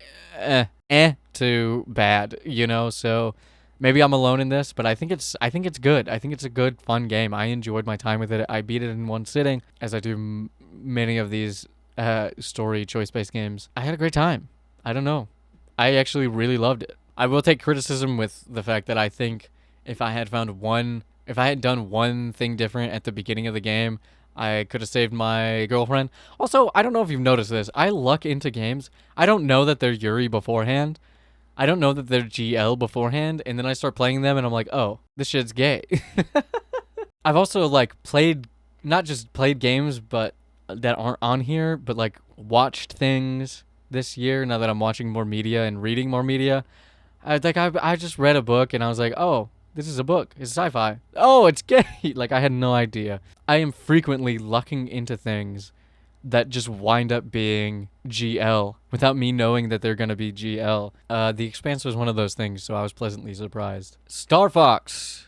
Let's do Star Fox. Star Fox, Star Fox 64, and Star Fox 2. Star Fox on the Super Nintendo is a fine game. I'm going to put it in B. Actually, you know what? I think I liked it less. I think I liked it maybe around here. I think the original Star Fox has a vision that it attempts to implement on, but it is very ambitious. It has a lot going for it. It's still a fun game. It's still got some memorable moments. I don't think that it reaches that ambition. The game that Star Fox, the original, is only eventually implemented in Star Fox 64. I think Star Fox 64 is the game that the creators of Star Fox originally wanted to make and didn't have the technical skill, the hardware available that would allow them to actually make the game that they were trying to make. And they knocked it out of the park on the second go-around. Star Fox 64 is a fucking phenomenal game. It is amazing. Is it crazy to put Mahjong in UR tier? I don't know. It's just one of the best games of all time. I didn't expect my UR tier to be so Chinese. What was I saying? Oh, Star Fox 64 is an amazing game. It plays so much better than the original Star Fox. It feels so much better than the original Star Fox. There's so much added to the game. It looks great. There's so much to it that is like way more visually able to parse than the original game, which kind of has some weird stuff going on. The boss fights are fun. Even the ground mission is fun. I think some people don't really like it that much, but I enjoyed it. The epitome of what Star Fox is in Star Fox 64.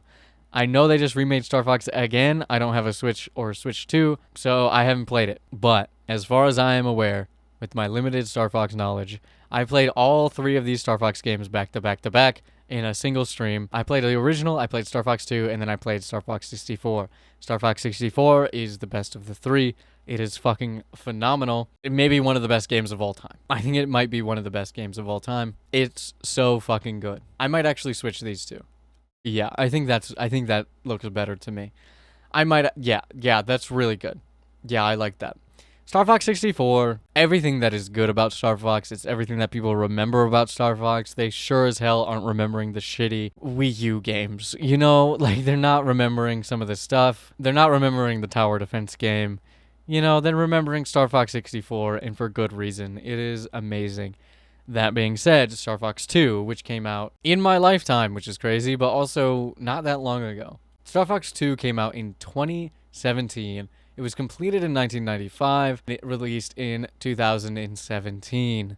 The game was originally canceled, and then a lot of its stuff was implemented into Star Fox 64, and then it eventually came out in 2017, 20 years after Star Fox 64. Star Fox 2 is sort of a strategy roguelike version of Star Fox. It has a lot of extra modes of vehicle stuff. There's more ground stuff. There's more whatever. You have to like combat the different waves on the different planets available to you. It's almost kind of like a tower defense game and a strategy game and a roguelike game all mixed into one. And it's more of Star Fox with a better paint job. However, it kind of sucks. I don't like Star Fox 2 at all. I think what is added to the game is really interesting. I think a lot of what is implemented in the game is really interesting. I have never gotten motion sick playing a video game, and I don't think I ever will ever again. I could not stand to look at Star Fox 2 for more than like 10 minutes, and I played the game for like an hour. Something about it did not jive with me at all. I didn't enjoy playing it. Most of all, I didn't enjoy looking at it, even though the pixel art is like great. It looks great. It looks great. But for some reason, I just could not play this game. I'm not putting it in DNF, but I am putting it at the bottom of C. I did not like Star Fox 2 at all. I don't know if that's a common opinion. Maybe it is. I don't know anything about Star Fox fandom. It is almost like the Rebel Strike of the Star Fox series, but nauseating, which is worse. So, yeah. Even less than World of Warcraft. I would play World of Warcraft again if I really had to. I'm never playing Star Fox 2 again. I do not fuck with that game. Moving on. Peggle. Peggle Deluxe, Peggle Knights, Peggle Extreme, and Peggle World of Warcraft. So, if you have not seen me play Peggle, if you have not seen my Peggle streams, they are absolutely insane. I always end up playing these games late at night when I'm just loopy. I have said insane things. We've had some hilarious conversations while playing these games. There's something about Peggle that really lets me tap into my streamer brain in a way that some of these other games don't. For instance, with a game like Hades, I get streamer brain and then I lock out and then I can't play the game anymore and I have to play it off stream. When I play Peggle, I get streamer brain and I lock out and I spend way too long doing a simple level because I'm not paying attention to the game at all because I'm saying some absolute bullshit. And it is so fun. It makes me, I might be locked out of the game, but I'm locked into streamer mode. Peggle is like an activation sequence in my brain. I love Peggle. I love streaming Peggle.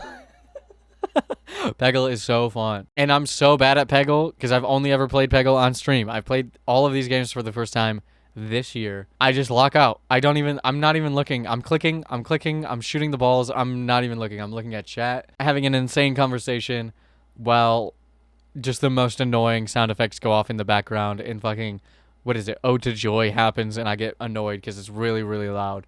And I'm like, stop it. Stop interrupting my non sequitur time. And then somehow I'm still able to complete the games. It's so funny. It's so fun. I'd say Peggle Deluxe, I would put maybe an A tier. Peggle Knights is better, I think. I like Peggle Knights better, but it's still up there. Peggle Extreme, I don't like at all. I'm actually going to put it down here. Peggle Extreme is the Valve one. It's got Half-Life and Portal and a couple of other things in it. And it's just got terrible sound balancing. It's so fucking loud. The sound effects are ass. They're weird approximations of the games that the backgrounds are from, but they're not from the games that the backgrounds are from, so they just sound loud and annoying and weird and crunchy, and I don't like it. Peggle WoW, also very, very good. I like Peggle WoW more than the original Peggle. Even though Peggle WoW and Peggle Extreme are very, very short games, they're like 30 minutes each. Peggle WoW is way better than Peggle Extreme. I didn't like Peggle Extreme at all. It's crazy that the actual World of Warcraft is way down here. Actually, you know what? We're going to make a new tier. Add a tier below. How do I do this? And then this is going to be... no. It's going to be no. And we're going to put World of Warcraft, Peggle Extreme, and Star Fox 2 in the no tier. And we're going to make it like this color. Sure. Why not? We're going to make it blue. No. And honestly, even WoW is up here, maybe. Maybe. Yeah, you know what? We'll keep WoW up here. Well, you know what? No, we'll do another one. We'll do another one, and we'll just make this one WoW. It's just gonna be WoW. It'll just be its own thing. Yeah, I did not like Peggle Extreme at all. It was still fun to stream because it's Peggle and it's fun to stream. But Peggle World of Warcraft, really fun and has some of the best moments that has been immortalized in my just chatting background collage nonsense that I made. I tried to make a joke about Leroy Jenkins, but it was actually Leroy Jorkins. But before I could say what that joke actually was, my brain broke and I laughed so much that my laughing was way funnier than whatever the joke was going to be. So we have that moment immortalized, and I think actually just for that it goes at the top. But these are all A tier games. They're very, very good games. Minus Peggle Extreme. Peggle WoW and Peggle Extreme are both free. Peggle Extreme is free on Steam, and Peggle WoW is abandonware. So you can go and play that. Now, all of the Tekken games. I played all of the Tekken games in this order, plus the Wonder Swan game that I didn't list here for whatever reason. I forgot to put it on here. It doesn't matter. In a single sitting for a Tekken retrospective, and I had a great time. Go and watch that video. It is, I think, the funniest video on my channel. Tekken. Not a super underrated video game series. They're all fucking good. The original Tekken is, yeah, I'd say the original Tekken is up here. Yeah, I'm okay with saying that. Tekken is like top of B-esque. The original Tekken is the least like Tekken of all of them, but it also is the foundation for the series. It looks worse than Virtua Fighter, which was already on its second installment at the time. Very fun game. Good looking game. Tekken 1, not so good looking. Not so well playing. Still so charming and so fun in its own way, in its own right. It does have an incredibly cheating computer, as did many games from the past, especially in this era. But I would put this as the game that started it all. The game that I really, really fuck with. I've played through the original Tekken multiple times. Tekken 2 takes the Tekken 1 formula and puts it up to 11. I think Tekken 2 is so overshadowed by Tekken 3, but Tekken 2 in its own right is an S tier game. Everybody looks to Tekken 3 as like the best Tekken, especially of the first three. Tekken 2 laid the foundation. It has its own unique vibe. It's got these really awesome, shitty pre-renders that look amazing and shitty at the same time, that are so indicative of the era, but also so high budget compared to other things that were happening at the time. It's so unique looking. It's so fun. It introduces June as a playable character, which is like my favorite character in the whole series, other than Asuka, who has a lot of June's moveset. It takes everything about Tekken 1 that works and then just makes everything else work. It is a much faster game. It is a much more responsive game. It is a much more fun to play game than the original Tekken. I'd say the original Tekken is still a great game, but it's a B tier game. Tekken 2 is an S tier game. It has a unique vibe all to its own. It has a unique style to it. It plays well. It feels good to play. It feels good to watch people play. And it's just so fun, man. It's so fun. Super underrated Tekken game. I think people forget about it because the next one, Tekken 3, is like the best game of all time. It's like one of the best fighting games of all time.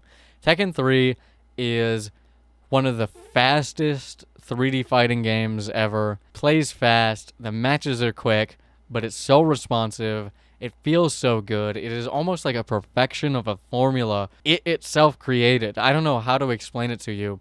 Tekken 3 is maybe the best Tekken game of all time, other than maybe, I would argue, Tekken 5, and there's some argument to be made for some of the other ones as well. But Tekken 3 is the first Tekken game that I ever played. There was an arcade cabinet in a bowling alley 30 miles away from my rural house that I grew up in the middle of nowhere. There was a bowling alley in a different middle of nowhere that had a Tekken 3 arcade cabinet. And when I was like 3 years old, there was like a birthday party for some other kid that I was invited to, and I went and I didn't interact with the birthday boy at all.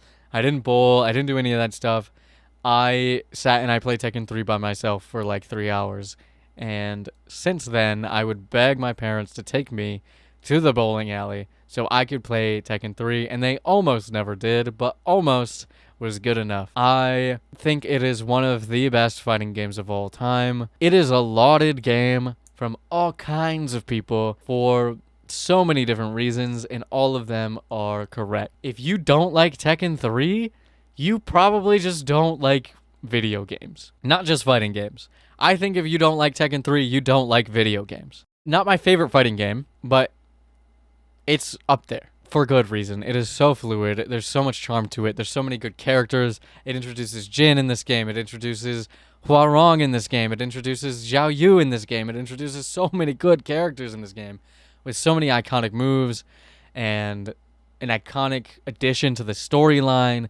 The gameplay is fast and fluid. It's so fast. Tekken 2 is so much faster of a game than Tekken 1. Tekken 3 still feels, even compared to Tekken 2, like it is is moving at Mach speed. It is so fast, so fluid, so fun. And I have so many great memories with Tekken 3, and getting to play it again as an adult after not playing it for a long time, holy fuck, it's still so good. It's still so good that I don't even know how to describe to you how good it is. You just have to get your hands on Tekken 3 and play it, and you'll get it. The only reason it's not at the top of the list is because I've played it before, whereas these two were new experiences for me, and so emotionally impacted me more, and also more recently, specifically this year. But Tekken 3, I still played this year, and I still had an amazing time with it. Tekken Advance comes out after Tekken 3. It is a Game Boy Advance version of a Tekken game, and I'm gonna be real with you,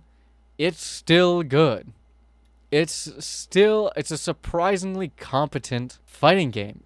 It is maybe one of the better adaptations of a console fighting game series to a mobile platform. It is genuinely so fun and fluid in a way that doesn't really make a whole lot of sense to me, because I've played some fighting games on the Game Boy Advance, okay? I've played the Dragon Ball games, and they're not good. They're really not good. They're charming. They're fun to play, but they're not good. Tekken Advance is a good game.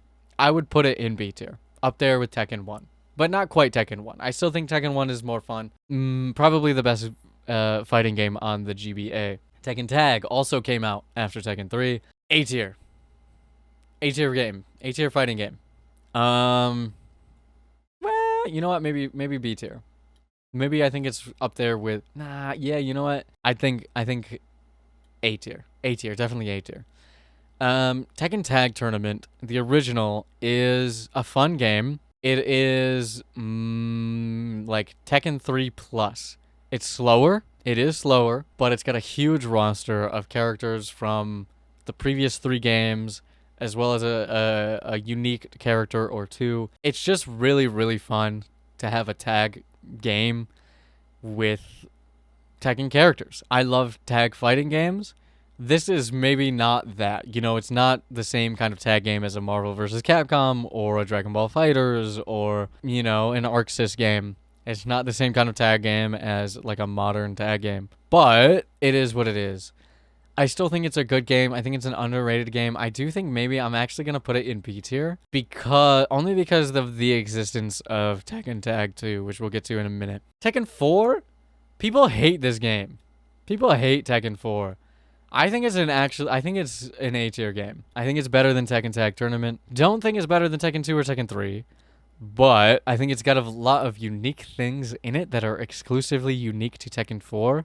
I think the biggest problem people had with it at the time, correct me if I'm wrong, I was barely alive, if alive at all. When did this game come out? It is a very good looking game. I think it utilizes a lot of what the early PS2 had to offer, especially in comparison to Tekken 3, which was on the PS1. But it's a much slower game. It's a much more methodical game. It's a much more strategic game. And I think people just wanted more Tekken 3 after Tekken 3, and they got like the complete opposite, and so were disappointed. But I like Tekken 4. I think it's really fun. I like the environmental stuff. The weird zoomed in camera is really cool to me.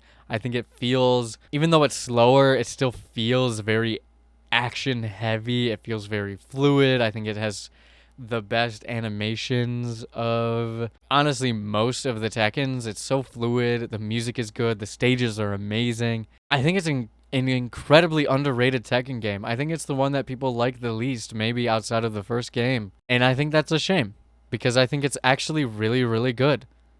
And if you take it for what it is, it's phenomenal. I like Tekken 4. I like Tekken 4. This is maybe a bad analogy, but it kind of maybe also shows what kind of person I am. I think Tekken 4 is to Tekken what Final Fantasy 2, like the real Final Fantasy 2, is to Final Fantasy, in the sense that a lot of people don't like it and don't understand it and engage with it in a way that other people have told them to engage with it in, because it's the weird one. But if you just actually sit down and play it for what it is without any of that extra garbage or input, it's really good. I think Tekken 4 is the Final Fantasy 2 of Tekken. It's the black sheep for sure. I still think it's great, and I'm a little bit partial to it. I think it's really fun, and I enjoyed it immensely. Tekken 5, S tier. There are other people that would put this in UR. I didn't really play a lot of Tekken 4 when I was a kid, but Tekken 5 was on my PlayStation 2, and I could play it on PlayStation 2, and so I had Tekken 5, and I used it as a leeway to curb my Tekken 3 addiction because I never got to play Tekken 3 because that bowling alley closed down. So I would play Tekken 5 because it was the newest one at the time. I love Tekken 5. I think it's really fun. It's still really fun to play today. It's got Asuka in it. I don't know what else to say about it. It's a return to form after Tekken 4. It's more of what Tekken 2 and Tekken 3 had to offer rather than Tekken 4, but Tekken 4 I think set the stage for what the series would become, and Tekken 5 kind of took that and implemented it in a way where it made a lot more people happy, and I still think it's a really good game. It's definitely an S-tier game. In my mind, it's not Tekken 3, and this might make some people even more upset. Not only do I like Tekken 4, I think I like Tekken 6 better than I like Tekken 5. I think Tekken 6 is the actual Tekken game that I have played the most of. I love Tekken 6. Where Tekken 5 introduced a lot of the customization options, Tekken 6 took it to a whole nother level. I think Tekken 6 is my favorite of the newer Tekken games, at least the main Tekken games. I think maybe that's controversial. I think after Tekken 5, people are really partial to Tekken 5. And they didn't really like Tekken 6. And a lot of people don't really like Lars. And they don't really like the story mode, the adventure Tekken 4's replacement mode that was in Tekken 6. But I like all of the new characters. Zafina, Miguel, all of these characters. I like Lars. I like Tekken 6. I liked the customization. I liked going online and playing, even though it was ass. I liked Dragunov in Tekken 6 more than I think he was in Tekken 5 Dark Resurrection, right? I think Asuka is better in Tekken 6 than in her introduction. I like playing Asuka more. I like playing some of the other characters a lot more. I think it feels better to play. Maybe that's a blasphemy. I don't know. I think Tekken 6 is just a better game. If this was a favorite Tekken series, if this was a favorite Tekken games, it would be up here with Tekken 3. I think the thing that goes up here with Tekken 3 is actually Tekken Tag Tournament 2. Again, maybe extremely controversial to say, because it was probably, I'm pretty sure it's the worst selling Tekken game of all time, except for maybe the WonderSwan game that didn't come out outside of Japan. People didn't play this game. I think it is the most feature-rich Tekken game in the entire series. It's got the most characters, it has the most customization, it's got tag team moves, it's got tag team specials, it's got so many stages and so much music and so much personality and so much charm. And it's just so fun. It's also got the Wii U edition, which has a bunch of Nintendo content in it. It's got the Snoop Dogg stage. It's got all of this stuff in it. It's the most content-rich game in the entire series. And it is so fucking fun to play. I love Tekken Tag Tournament 2.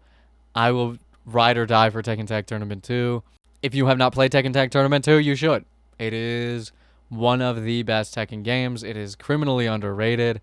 I don't think enough people gave it what it was worth. A lot of people have said a lot of things about Tekken Tag Tournament 2, and I think I am going to say this one thing. Go play it. Tekken 7 is a game that I owned since it came out. I had it all. I have all the DLC, and I don't think I booted it up even once. And also, I just drew a bunch of marker on my toe. What the fuck?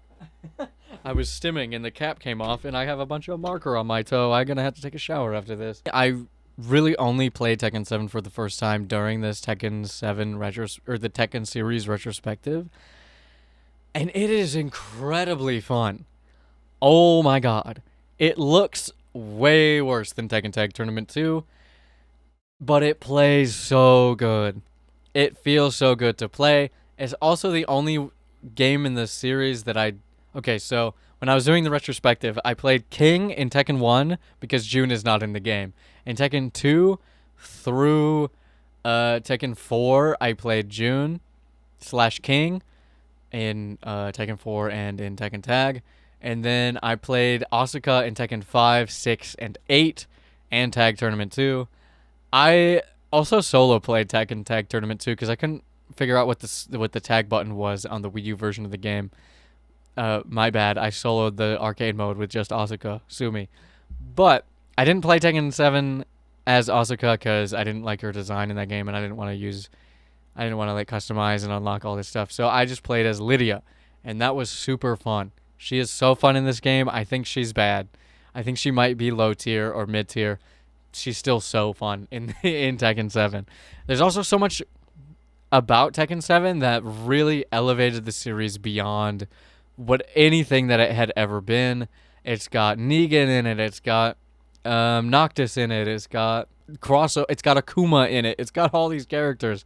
It's got a huge roster, so many customization options, and it's so fun to play. And I really enjoyed it. I actually loved playing this game for the first time, really. And it makes me sad, kind of, that I didn't play more of it when it was out. That being said, because I only have a limited amount of experience with it, I am going to put it in S tier. Right up here with Tekken 2, 5, 6. But because I have the least amount of this is the Tekken that I have the least amount of experience with. I've played Tekken 1 and Tekken 2 more than I have played Tekken 7. However, the little that I did play of it was so fun. I had so much fun playing it. It felt so intuitive. It felt so good that I guarantee you that if I played more of Tekken 7, it would be right up here with Tekken 3 and Tekken Tag. At the very least, probably above Tekken 6, right? But because I did have a limited experience with it, and I played it in a very truncated amount of time at the very end of the series retrospective, and I only played the arcade mode as a single character, and I don't have that much experience with it, and I put off playing the game for a decade, even though I owned it. And then I had to get it again for PC because I had it on PlayStation and blah, blah, blah, blah, blah, blah, blah. It's still an S-tier game. I see why people like it. I see why people love it. I see that even though it went down a little bit in presentation, it made up for in quality of gameplay. Oh my god. It's a fun game. I might also get hate for this because of the state that the game is in right now. I think Tekken 8 is an S-tier game. I'm just going to say it. I think Tekken 8 is really fun. I'm just going to say it. I was playing Tekken 8 before I decided to do the Tekken retrospective. I was playing it on my own time, and I decided, you know what? Tekken's really fucking fun. I'm going to go play all of the Tekken games. And then I did, and I had a great time. I will say the arcade mode is the weakest out of all of them. It's like 4 fights and a little bit of story and an ending cutscene, which sucks. And actually, the arcade modes get shorter and shorter as you go along. Tekken 7 is also not particularly long, but it's got a little bit of stakes to it. Tekken 8's arcade mode, whatever. And it does have a story mode. I did not play the story mode for the retrospective, but it does have a story mode. So that's a whole different, separate thing. But its arcade mode is lacking. That being said, I know we're in a hating Tekken 8 arc because they went back and they changed it up and messed it up a little bit in Season 2. And then they also kind of doubled down on that in Season 3. And now Harada has left. But they just announced Bob, and Bob's the fucking GOAT, okay? Bob is the fucking sickest.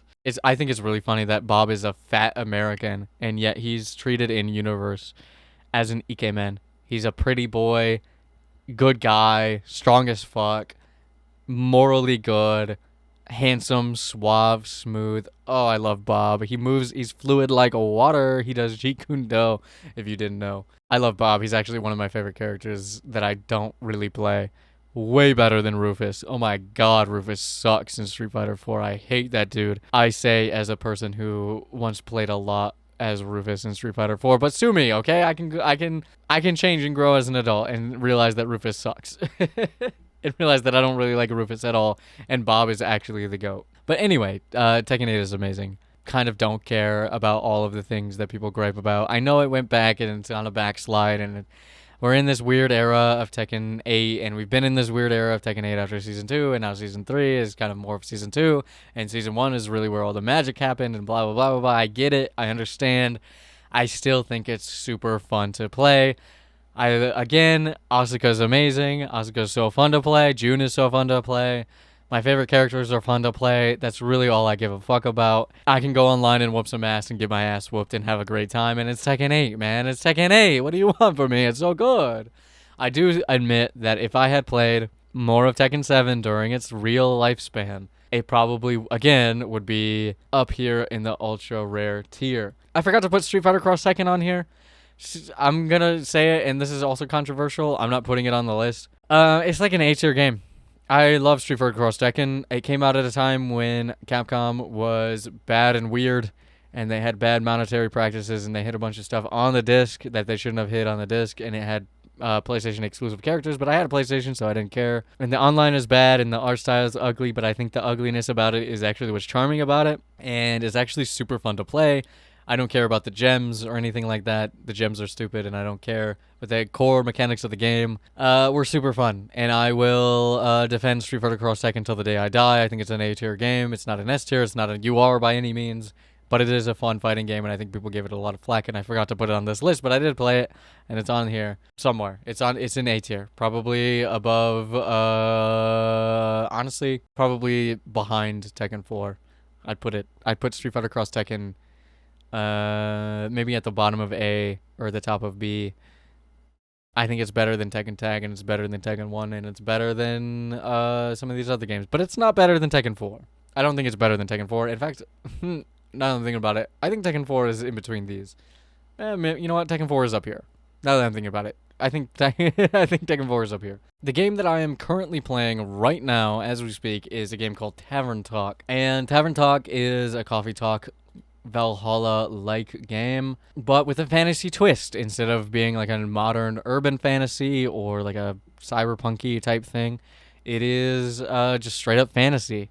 Dungeons and Dragons inspired. You run a tavern and you connect a bunch of dots between all these fantastical characters. There's a they them elf and vampire and a dwarf and all these other things going on.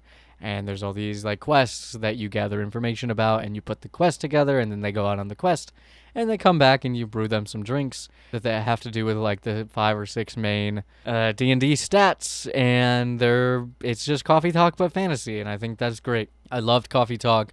I loved Coffee Talk 2. I haven't played Coffee Talk Tokyo yet. I'm playing Tavern Talk right now, but I'm enjoying what I've played so far. I've played through the first act. There's a couple more acts to go, so I'm going to enjoy playing that off stream on my own time. Coffee Talk games are for me, and I'm really enjoying it. I've also played a couple of other games that I didn't put on here. I played Fire Emblem Awakening game mod a couple of days ago, but I didn't get very far into it, and then I threw and got everybody killed, even though it's a game I played hundreds and hundreds, and honestly like 800 plus hours in my youth.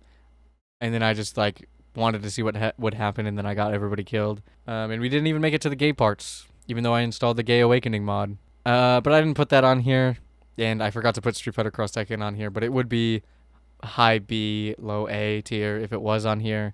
And yeah, this is my list of all games that I have played so far this year. It does kind of feel like a cop-out to put Ricci City up here, because it's not Ricci City that I like.